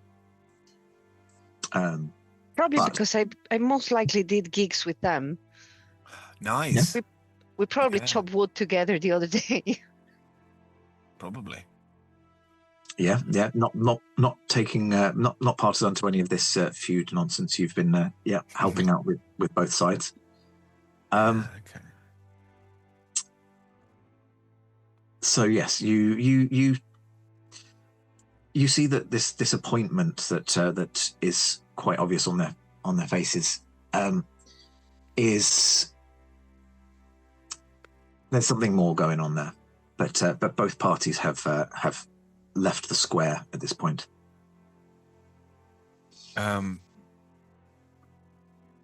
How far is the sort of ball place and the square from each other? Is it like miles, or are they in a similar? That is an interesting point. I'd never really considered where the household would sit. I think that they would probably sit on opposite sides of so Kythyss largely on a hill. Imagine Brighton, but fantasy. Yes. Yes. Perfect. Tall hill. So I think, that both of the estates, so as to not be one of them higher up than the other, they both sit kind of on a similar plateau. We'll say the cap outlets on the west side of the town and the Montabaxis on the east side of the town. But you're talking kind of the span of the town. Yeah. No, I get it. With the square directly in the middle. It was thinking along the lines of, could I have sent Iago out to sort of do some more scouting? But I think I wouldn't have known where to start, and therefore, although I mean, well, he probably does have history of the place enough. Okay, sorry. So my brain is going, they've been kidnapped. They've got to have been put somewhere, but I don't think our Archimandrite would have foreseen that yet. So I think that there won't be any searching until they've sobered up a bit. I will go. They've been kidnapped. I've lost my lady. Fair enough. Okay. On that basis, once I get the thing from you, I can send out Iago and start looking for places where kidnapped people could be hidden. But I'm happy to sort of have rolls and stuff like that to see whether anything actually gets back to me from Iago. Okay. Do you think that you would have sent Iago after the cap outlets or the Montabaxis? Which one is Rosalind more associated with? Or is Rosaline, so the Tabaxi then? As in that because of Ava, I would have been keener to sort of investigate that, because I would feel like I might have a chance of getting out of trouble if it got me into trouble because I knew her. You would remember that Romeo had previously been pursuing Rosalind, so yeah, potentially that's where your mind had gone. Okay. Exactly. So we are heading, I've instantly forgotten, east. Yes, I think that's right. And we look Correct forward. direction. Yeah. Yeah, exactly. So as Iago travelled, still in bat form, or have you changed? No bat form, because cover the largest amount of distance, even if the vision is slightly impaired. Mm-hmm. You only get as far as the Shrine of Talos before you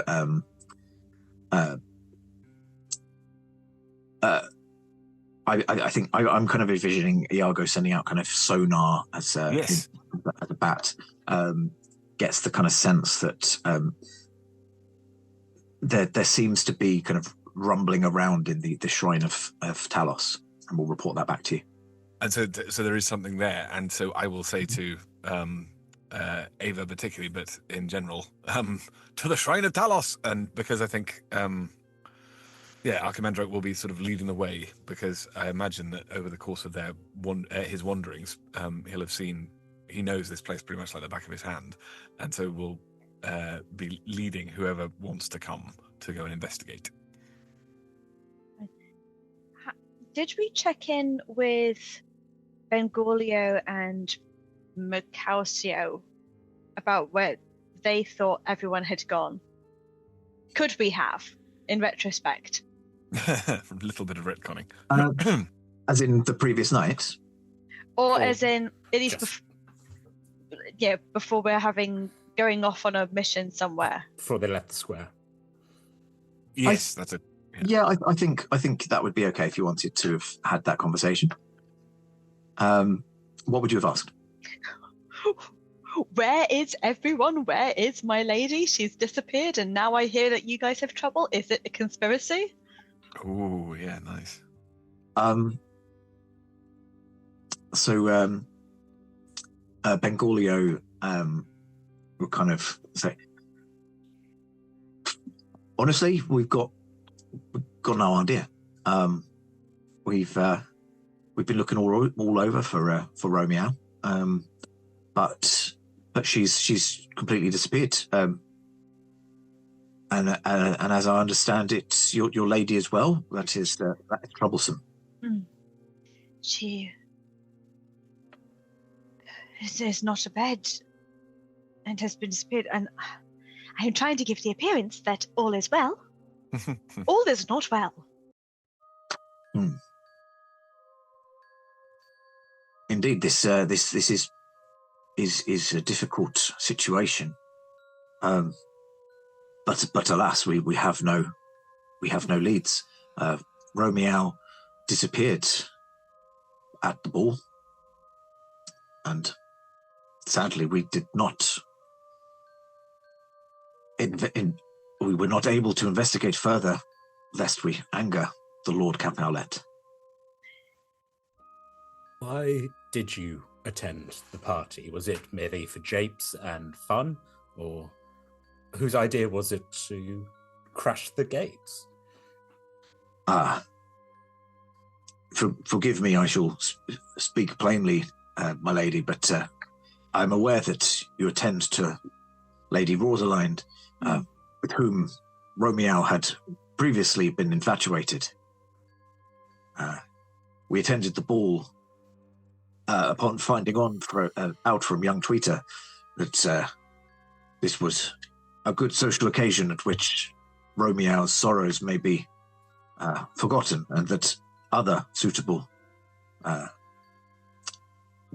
objects of affection, to put it one way, would be in attendance. Twas my idea to try and redirect Romeo's affections. To the young, forgive me, I'm going to whisper, the young lady of the house. Beg your pardon? And gift of the gab, and to No. I don't think I did say that. didn't say That just didn't happen. Wow. but it's given me an automatic reaction of oh, and to whom does that affection get redirected? We mingled with the crowd. We hoped that Romeo's interest would be piqued. Honestly, I don't know where she disappeared off to. I hope that it is not the match I would have desired, but I hope that their interest in each other became reciprocated and they have run off in a whiff of passion, because that is most easily explained. I hope. Otherwise, we are all looking quite intently. But if that were the case, and Rosaline did change her mind, what could have done such a thing? I honestly don't know. Quite plainly. Look, I'm trying to set her. We shall keep thou informed, should we find That's any. fair. I'm trying to set her up with the prince, honestly. Romeo, step down. We shall go search. I Commander Bryn, could you help me? Go look for her? Certainly, dear lady. It would be my pleasure. I have sent out a scout, and then we lead into. Oh, perfect court Vulpin. Amlet, come, please. Eyes flick. Aye, lady. Just before Amleth leaves, you are gripped by the arm by a young goblin fellow who says, Lord Amleth, I did not expect to see you here in such a place. Aye. In disguise, no less. Literally, as good as this, Amleth removes his hat to reveal it's Amleth. Aye. Yeah, perfect. Do I know this fine fellow? Even with a history roll, you would not. He seems to know your name. Indeed, I have your order. It was not in my. It was not my right to ask why you required silvered weapons. However, I have done as thou asked. Cool. Shall I expect your manservant to deliver payment? Aye, sir. On the morrow, you will. And thank you kindly for your excellent service. Spoken like a true grifter. He hands over the weapons, which just so happen to be silvered weapons of all of the versions of whatever weapons you are all carrying. Amazing. Does that mean Ed has like a silver stick? It's just shiny. Yeah, It's got exactly. a cap on the end. Yeah. Wizard staff has a knob on the end. The silver axe would be cool, though. It's That's what very you cool. got given. I reach into my purse and present him with coins of Denmark, for your service, sir, and for the swiftness of this fine weapons arrival. My manservant will be with you shortwith. Nice. The goblin looks at him, slightly confused. Don't often see Denmark coinage. Must have been quite a voyage that took thou heads. Aye, sir, and quite the trip, but glad to be back in fair Kythyss. He stumbles over it, not being his native tongue. He's like, weirdly, if we think of it in the play, it's also mispronounced in the script where he just Amleth Kythyss. This fair yeah. But until later, so, little bow to this goblin. Bows back and disappears into the crowd. Can I have a perception roll to see whether I saw that? Yeah. Thing. Because I think I could quite appreciate holding that over you. 21. Okay. I'm not going to say anything, but I know. I think it's good that I also, with a high insight, I was like, okay, Ava's clocked me. You've Yes. got something. And then I look up at the half orc and being like, You have to hope nothing happens because it could get. I think I'm doing a really good job here. Don't want to make her angry. Thing of Jason figured it out. Yeah, exactly. Cool. So you head to the Shrine of Talos, which is a cylindrical building. It's like one of those kind of old oast houses with the kind of cylindrical, but then the conical roof with a metal rod on the top for currying storms and Talos favourable things.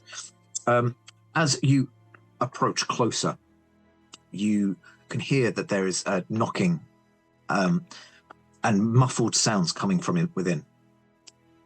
Okay. Your spy, your watcher, said that this was the spot. The strange rumblings came from the temple.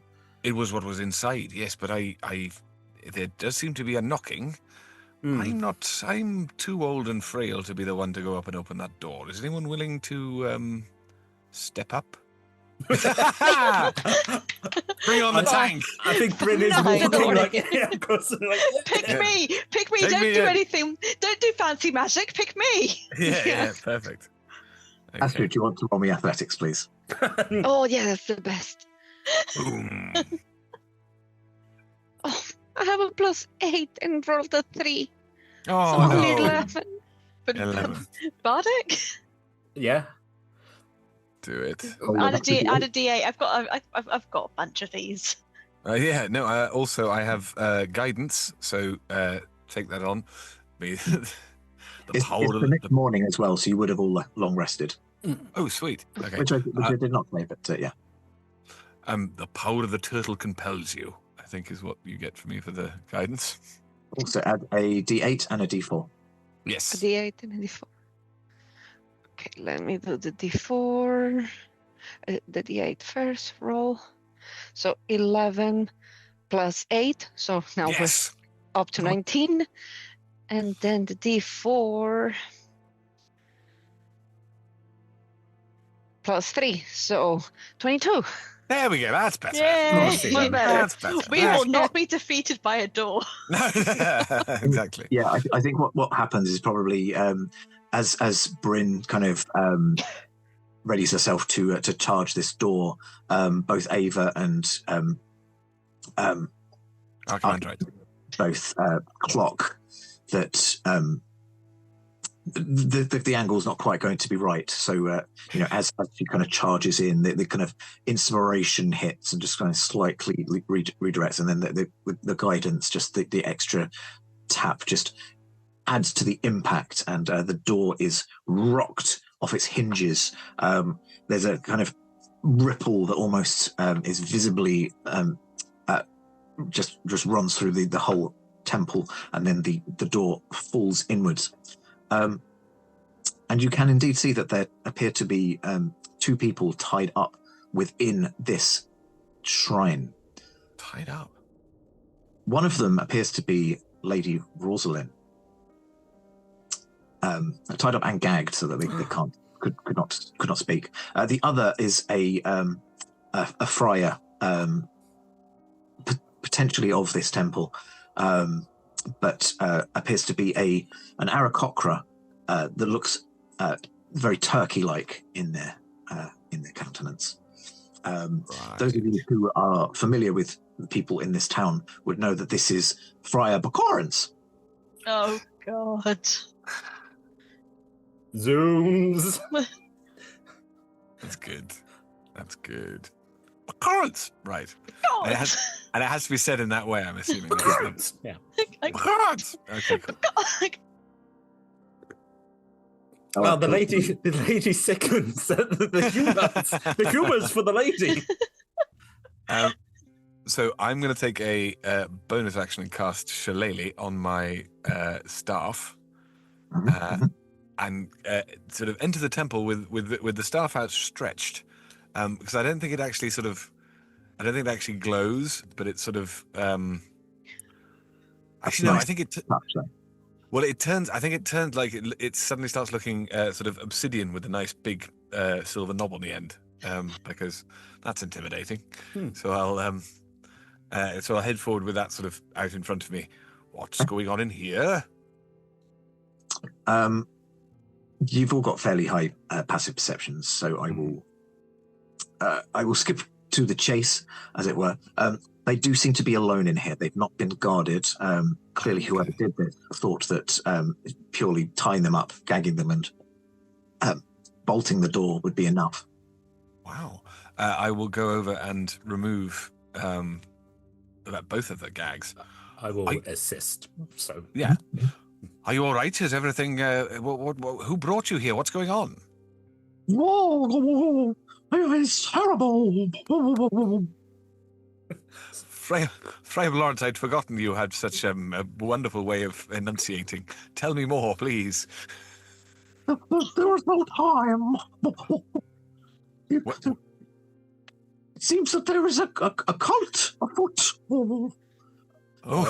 Resolved to take the youngest children of both of the houses and sacrifice them. Oh no!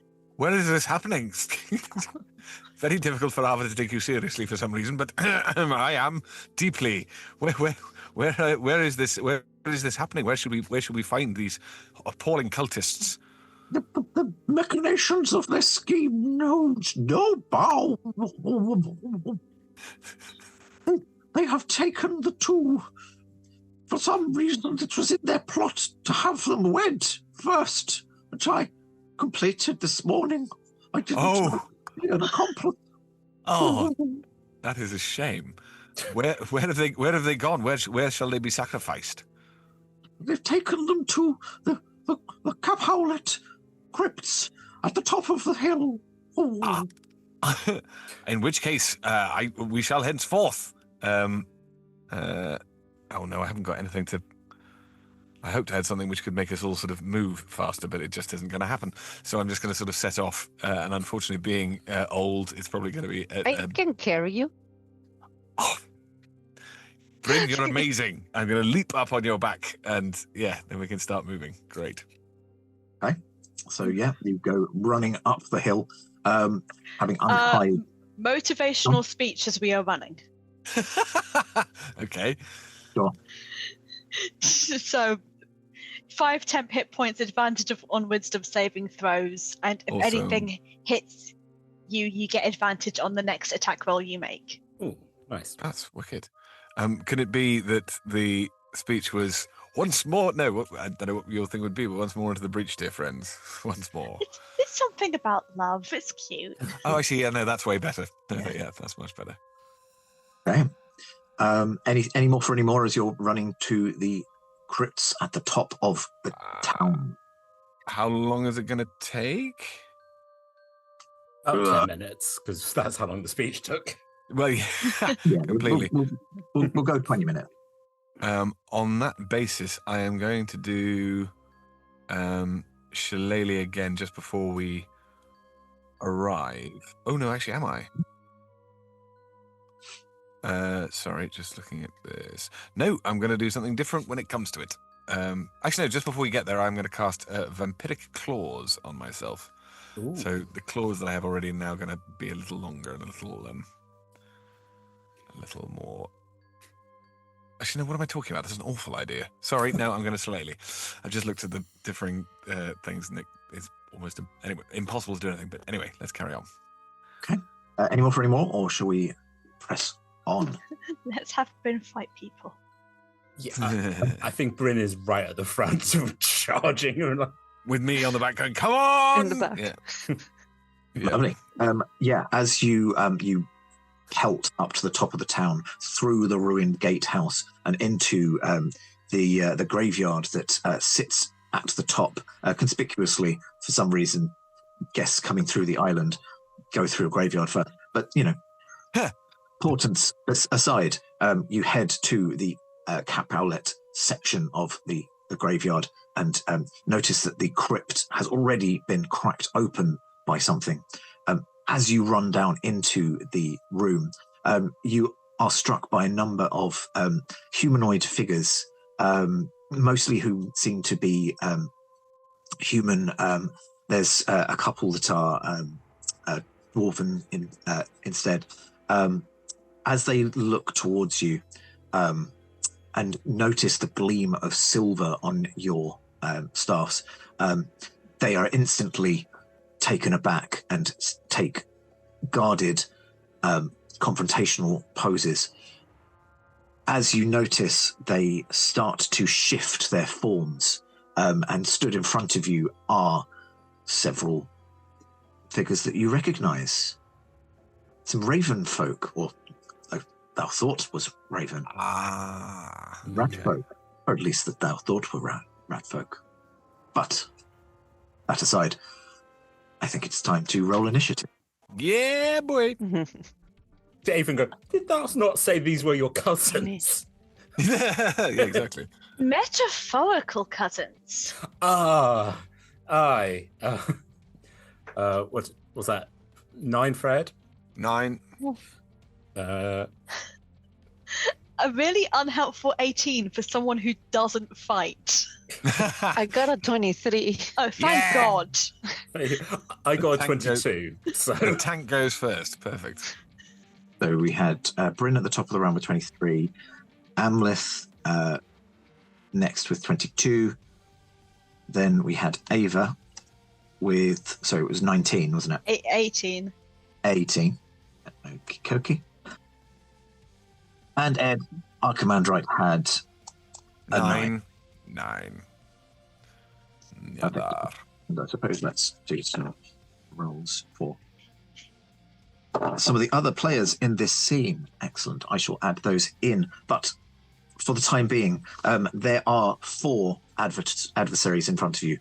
2 appear to be were-ravens. 2 appear to be were-rats. So, Astrid, Bryn, what would you like to do? I'll go full barbarian and have a great axe against one of the rats. And I have an action for that one. So I think, because with the great axe, I have the cleave. So once per turn, if I hit a creature, I can make another melee attack against the second one if it's close. So I can hit 2 in 1, I think. Bam, bam, bam, bam. So I hit my, let's see, great axe to hit. I have a 15. 15 to hit. Yeah. And it was the were-rats, yes? Yes. That hits. Okay.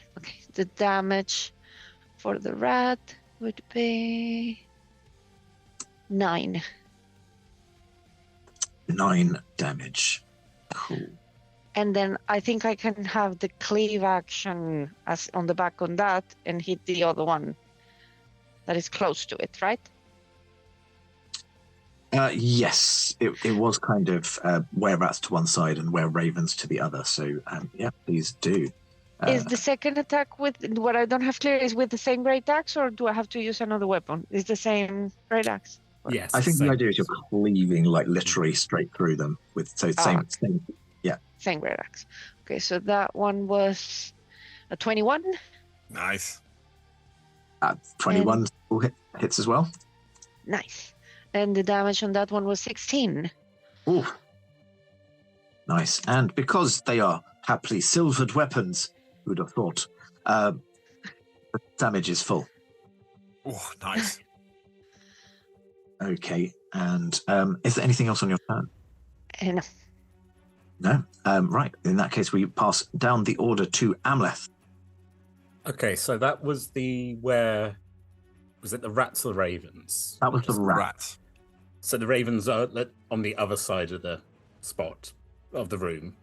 So like if we're thinking, yes. So I am going to attack the enemies that haven't taken damage yet with my my silver rapier and the poise of a well-trained duelist as I bring it in. Does a 15 hit? 15 does indeed hit. And it's safe to say that Bryn is within 5 feet of these Wrongums?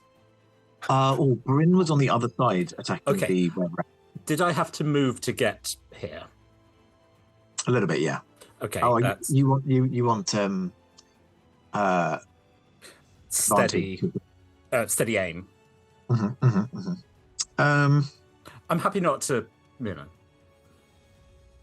I think as Bryn charged on into the room, she probably realised that she still had Archimandrite on her back and deposited him slightly in the middle of the room, which happily is within 5 feet.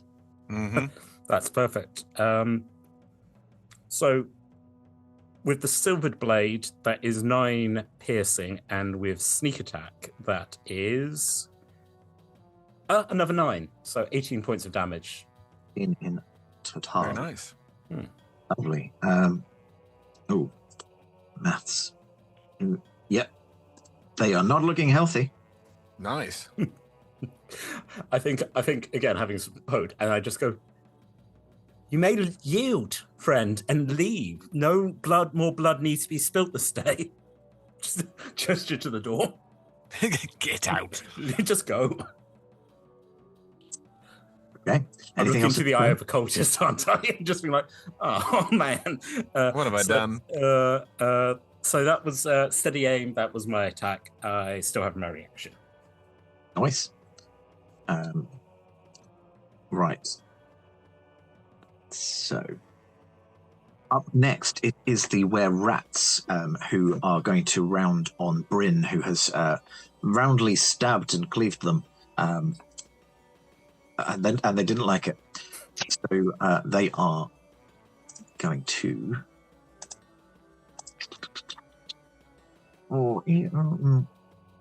Yeah, why not? They both get 2 attacks, one of which is going to be a short sword, but they're both going to attempt to bite you. So the first one, is a 21 to hit. That hit. That's It's a not lot. a high amount of damage. It is only 5 piercing damage.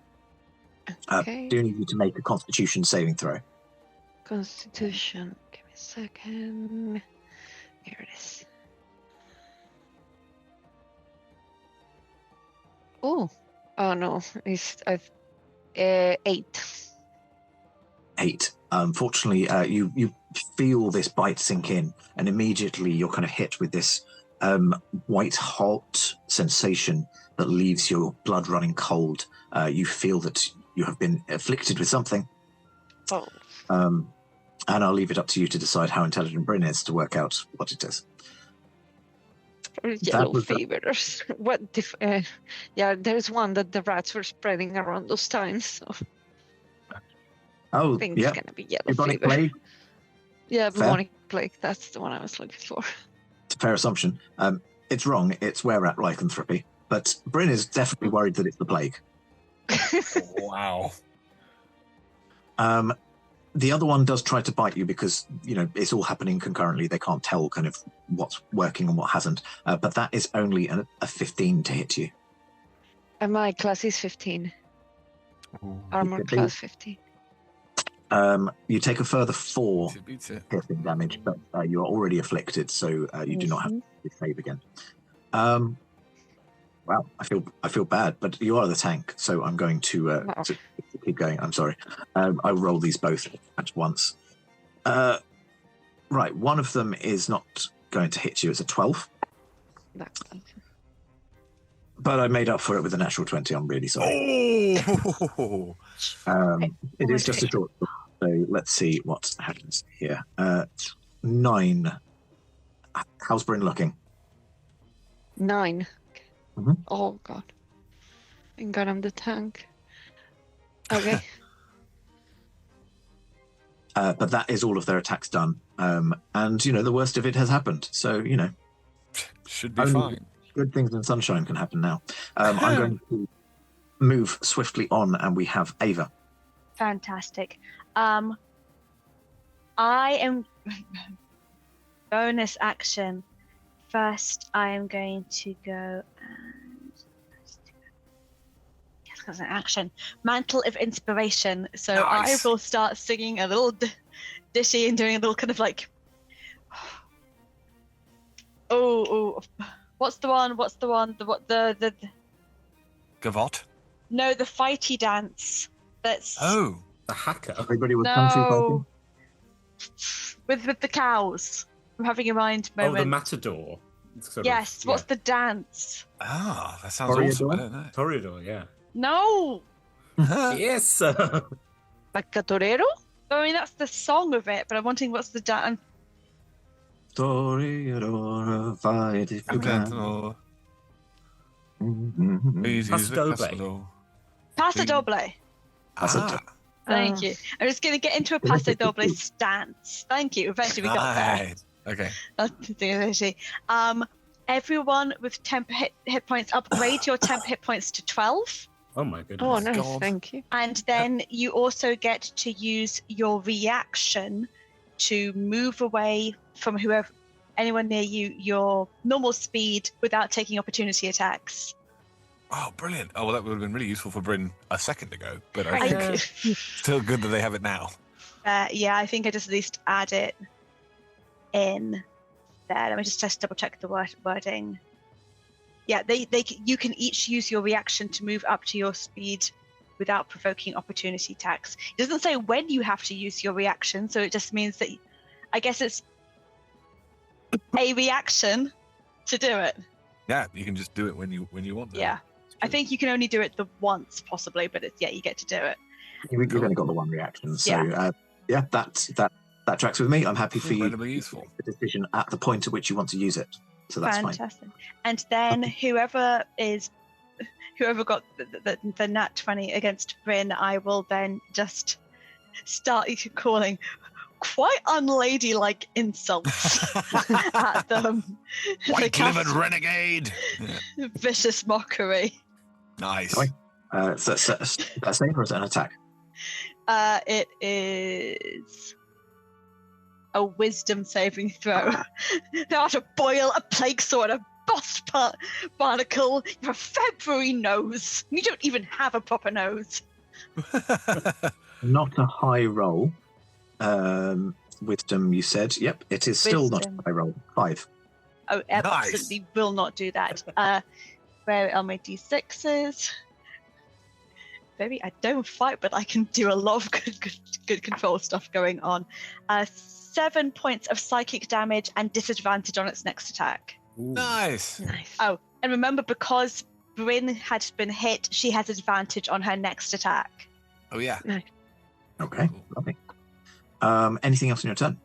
A bonus action, and I move very sensibly, completely out of the field of battle.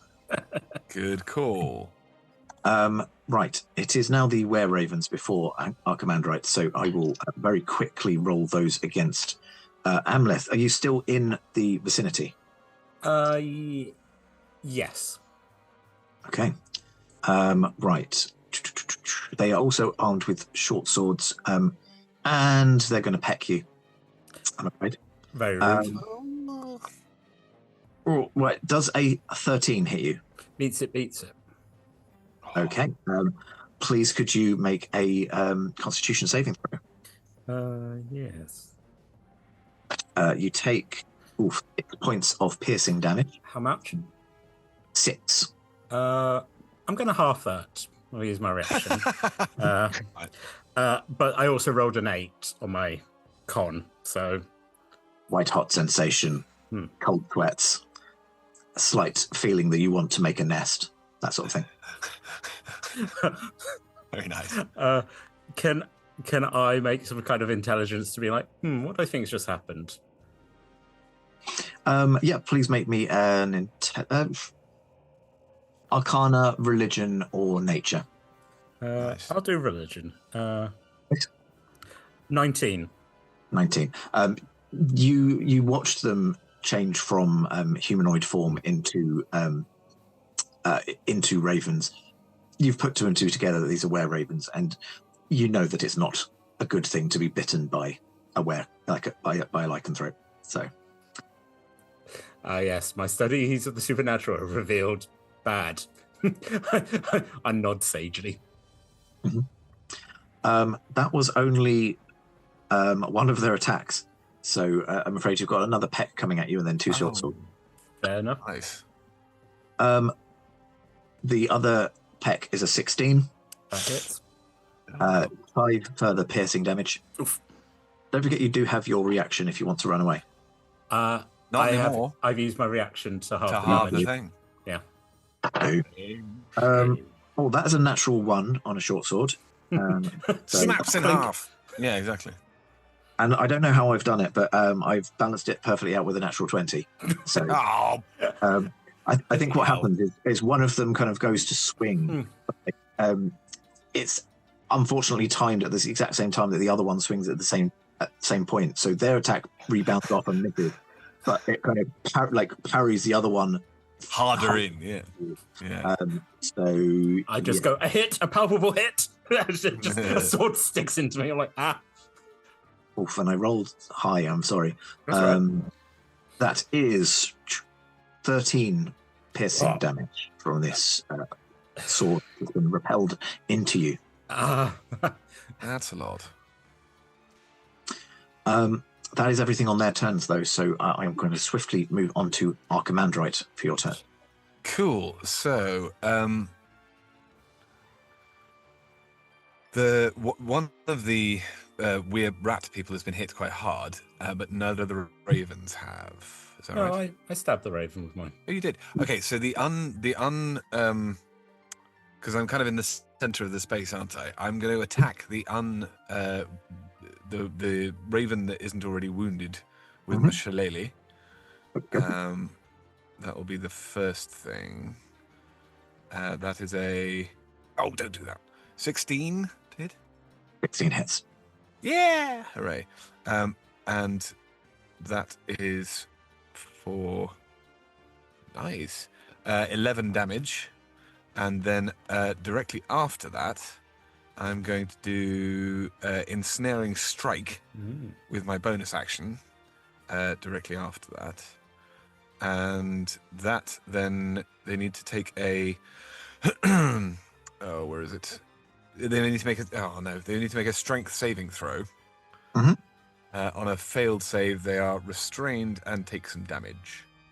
How many of them? Just one? Yes, because it's only the creature who I just hit. Okay. Well, I'm doing well on my saves. I rolled another 5, and I have another thing to add to it, so 5.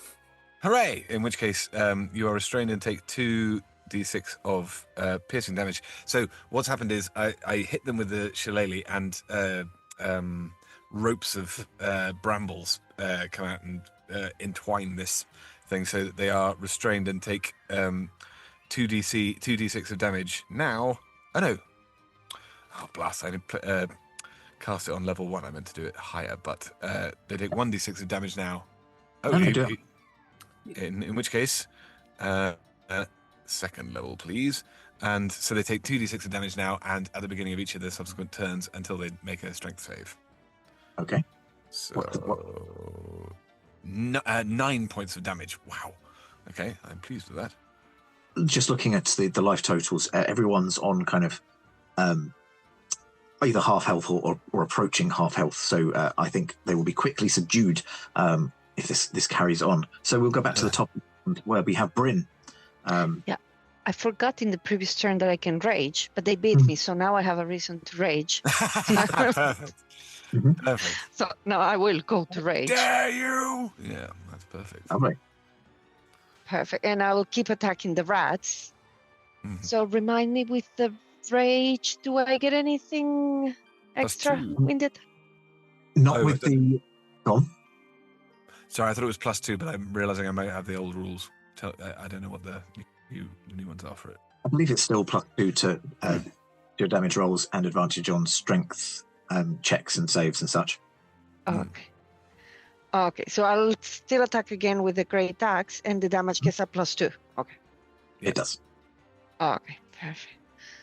So the first attack with the great axe is a 21. Dirty 21, not natural, but 21. You have advantage on this roll just in case you get a nat 20. Oh, yeah. nice. Do it again. Yeah. It's another 21. Oh, amazing. Meant to be. So Yeah. close. It hits. Roll me your damage. Butter them. And this is on Plus the one. 2 would be 16, no? Because of the rage. 16. Wow. 16 points of damage. Lovely. They are hurting. Yes. And I'll get then the the cleave effect again. Mhm. So I attack one more. Wow. You've really taken on I'm half. 25. Nice. I am raging. 25 hits, yep. Good work. Am I right in thinking, because you're single class barbarian, so you should have 2 attacks as well, I think. Which I'm not sure of the cleave. Oh, yeah. I If you're think. 6. Wow. So, yeah, I'm pretty certain cleave is like an additional. Yeah, extra Oh, attack nice. level 5. Yes, you got. So then I have 2 more. Although this damage got a 1 plus 5. Ah. Okay. Plus think- 2. I think cleave Plus is two, without the 7. modifier. It's a one shot, but it is. Oh, just- yeah, true. Yeah. Oh, So it's just 1. Plus 2, 3. Right. And then I do 1 more attack because I got 2 attacks. So 1 more time. 15. Does that hit? 15 hits. Nice. So I'm kind of envisioning kind of slashing through one into the other, and then in the other direction. Do the same thing backwards. Yeah, absolutely. Oh, sorry, I rolled the wrong one. I rolled hand axe. It was the attack for great axe. So let me throw the right one. It's all good. Is the modifier the same? Yeah, the modifier was the same, and it was better with the hand axe. So keep the 10 for the hand axe. Let's Yeah, do that. Keep that. That's Let's fine. do that. Yeah, that hits. Plus- Roll me your damage for the right weapon. For the okay. That would be a 10 plus 2. 12. Oof. One whereat is down, and do you get cleave again, or is that? I think it's once per turn only. Yeah. It's once per turn. Otherwise, that would get insane. Yeah. That is indeed one down, and one looking very unhappy towards their friend. Good work, Brayden. Anything else on your turn? Do I still have the plague on me? I don't know. Yep. Yeah, whereat like is not something that's going to go away easy. Okay. But yeah, I think that's my turn. Okay, Amleth, you're up. I also think it's very funny. I hear Bryn go, "So I still have the plague?" And I'm like, Yeah. odd. I guess I'm glad I'm not fighting that side of the room. Yeah, I'll stab out again at my opponent. Does a 18 hit? You also have advantage. I have advantage. Does a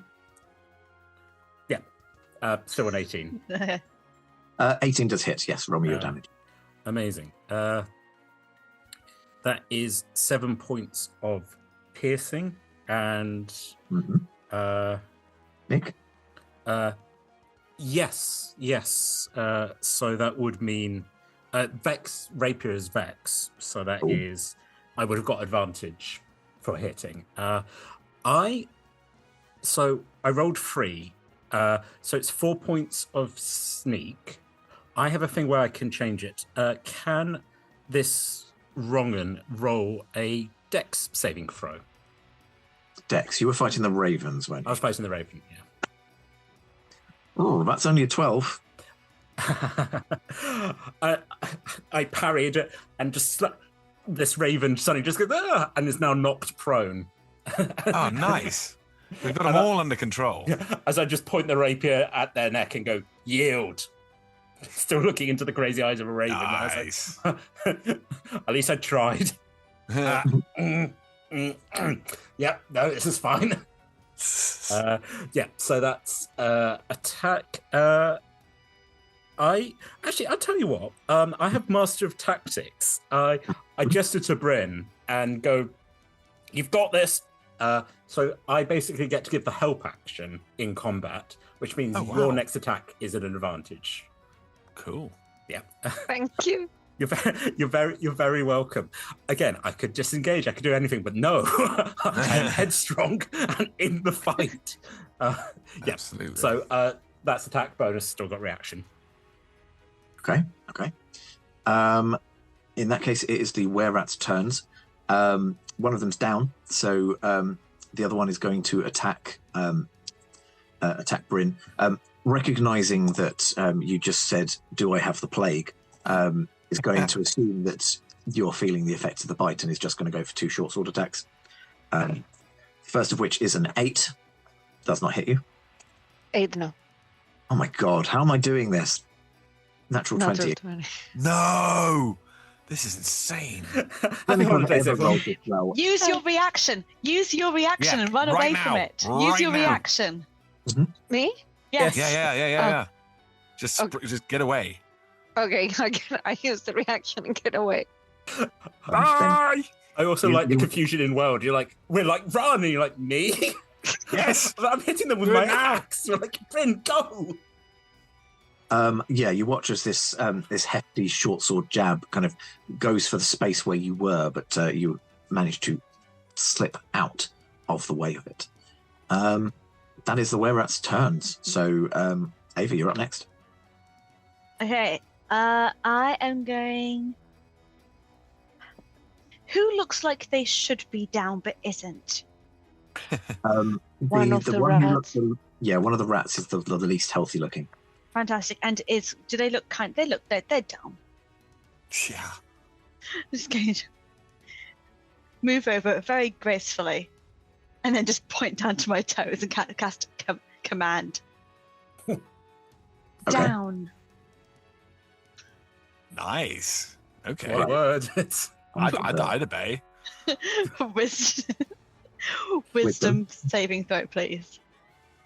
Oh, rolling better, but I don't get a modifier. That's a 16. Fudge. Elegantly put, madam. Elegantly She's still put. a lady, despite all the Shakespearean insults. Absolutely. I'm sorry. That was good roll dicing. That is. I see it almost take, and then it doesn't. That was an action. Do I have any bonus actions which are... I use my own reaction, and I get out of that, so he can't hit me. Smart. Good plan. And then just watch him. Okay, anything else on your turn? I don't have any cantrip bonuses, so I can cast a. I know what I'll do. Who wants a bardic? Anyone want a bardic? I'm fine, but thank you. Bryn's top of the round again. Bryn, you've also got a bardic. Okay. Right, we have the 2 were-ravens going next. I'm going to quickly... Yeah, they're smart enough to know when the lycanthropy has taken because they recognise the signs, so they're also going to go through you with the short swords. And... One of them takes 2d6 damage at the beginning of the turn because they are restrained by my vines. That is correct. 2d6. Do you want to roll it now? If you wouldn't mind, I think that would be the time. That one. Ooh. 8 more damage. 8. Well, that is enough to take that one out, actually. Yes! So, Awesome. Rest that one down.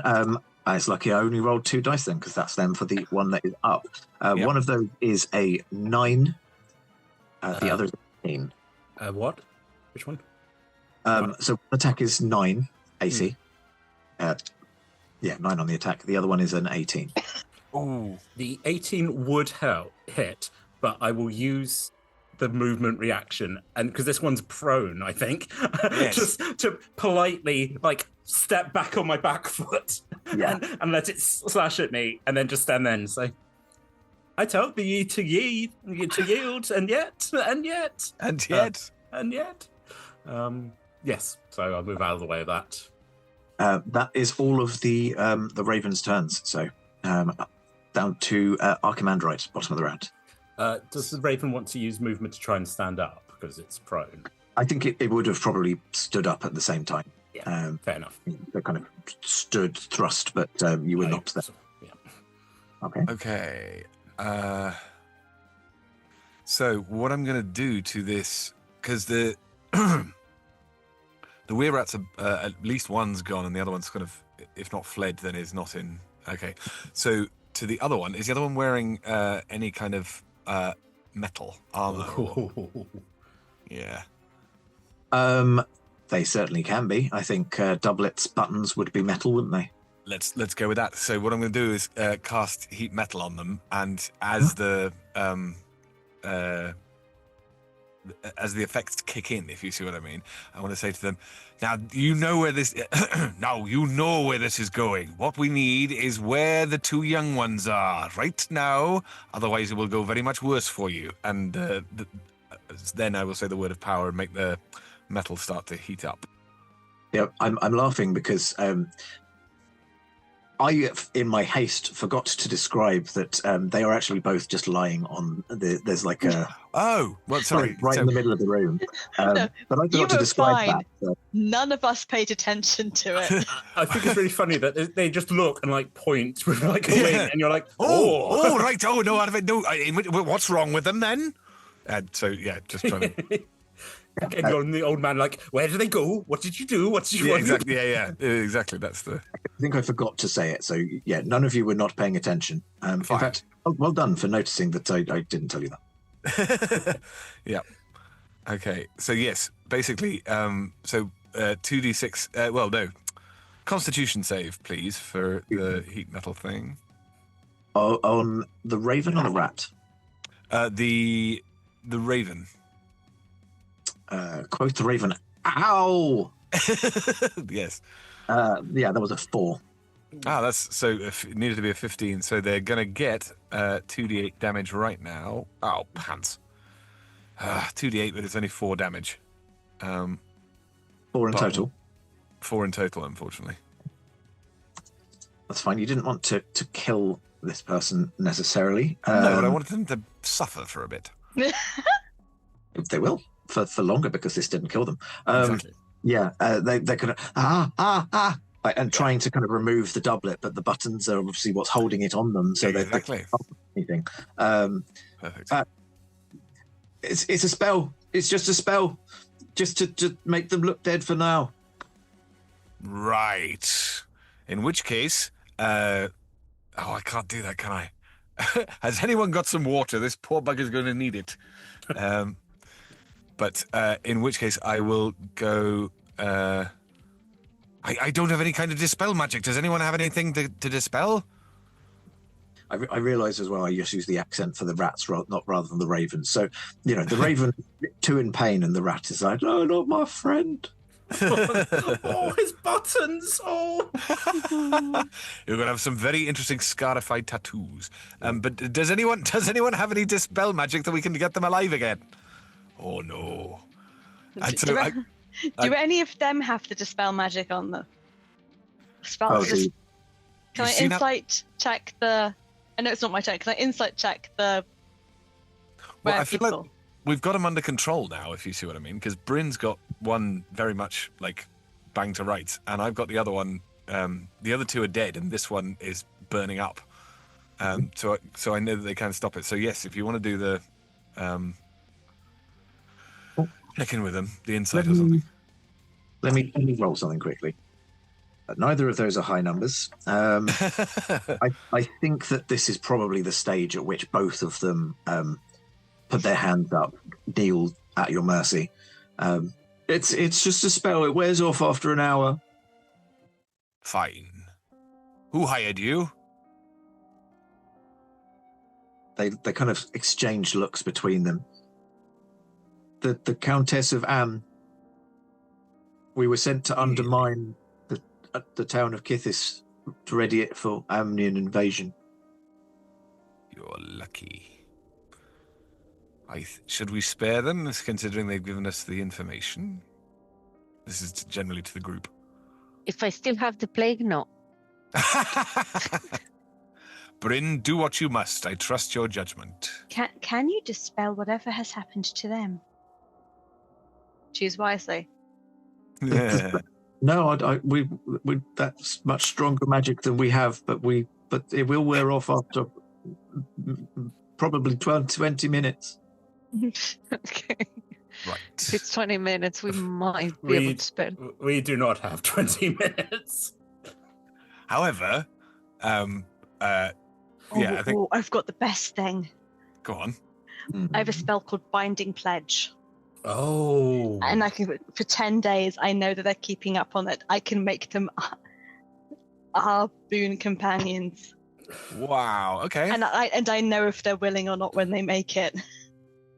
Okay, lovely. Okay. Grim Holo, baby. Yeah, nice. If everyone's happy, I think this is a good place for us to start wrapping up the tale. So you take the were rat's tail and just like wrap it around your face. No, you get the two servants of the two households to make this pledge, to both to tell the truth and tell both of the families what happened here, and over the course of the kind of next few hours, firstly, Romeo and Julie Hoot both wake up perfectly fine.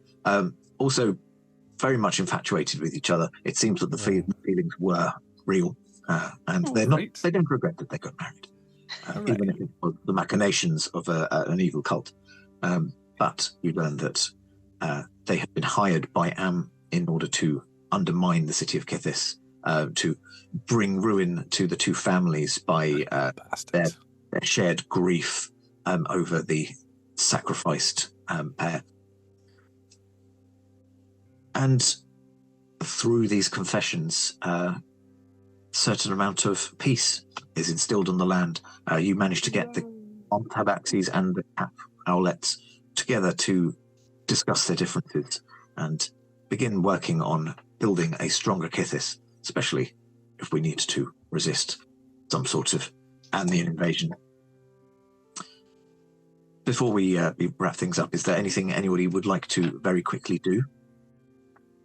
I've been wanting to do this for ages. So if the two young lovers could sort of be on top of the hill and sharing a kiss, I'd like to cast fireflies, and then they have a sort of firefly bower over the top of them for their first kiss as a married couple. Oh, That's sweet. Not so sweet. We flash forward a couple of months.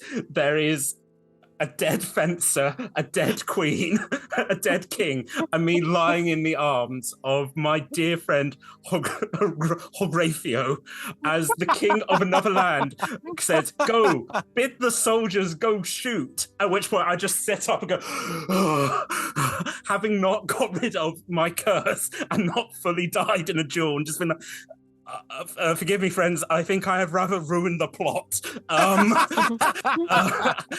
And you just hear go, "Long live the king." I'm like, yes, as a beak starts coming out of my face. Long live the king. Wow. We're just rewriting Amleth. It's fine. Don't As worry you about should. it. It's a hell of a button. That's amazing. Yeah. Astrid, any final thoughts for Bryn? No, as long as she doesn't have the plague anymore, she's happy. She'll wait 20 minutes and get rid of the plague. She'll probably get lost to the next island. Perfect. You would be able to find, I imagine, Friar Bacala, for instance, would be able to do a remove curse to get rid of the curse for you. Perfect. And Ava. Everyone, including Amleth at the end of his own strange tragedy, gets a little songbird message that just kind of randomly appears in the scene. For an invitation to the wedding of the Lady Rosalind and Borlando. Nice. Oh, that's lovely. Nice. There we go, and that is my story. More shrimp in the party. Yeah. Yay! Appreciations all who stuck around to hear our tale of merry revelry. For tragedy is nowhere to be found. Instead, we thwart the cultist devilry. If you enjoyed tonight and wish for more, For D&D, we play every Monday. We start from 6 p.m. in the UK. We stream all our shows on twitch.tv. Archives can be found on youtube.com. Find us at Roll Together RPG and join the Dice Heads on our Patreon. For as little as 1 gold sovereign coin, or even a goat, which must be sent to Tom. Big thanks to our supporters and sponsors. Please follow us on social media. Thank you for watching, faithful audience. For now, we must conclude our merry time. We have been Roll Together RPG. Season's greetings, and we shall see you soon. And bow. And now's the time for the jig. And now the jig. Yeah, by web.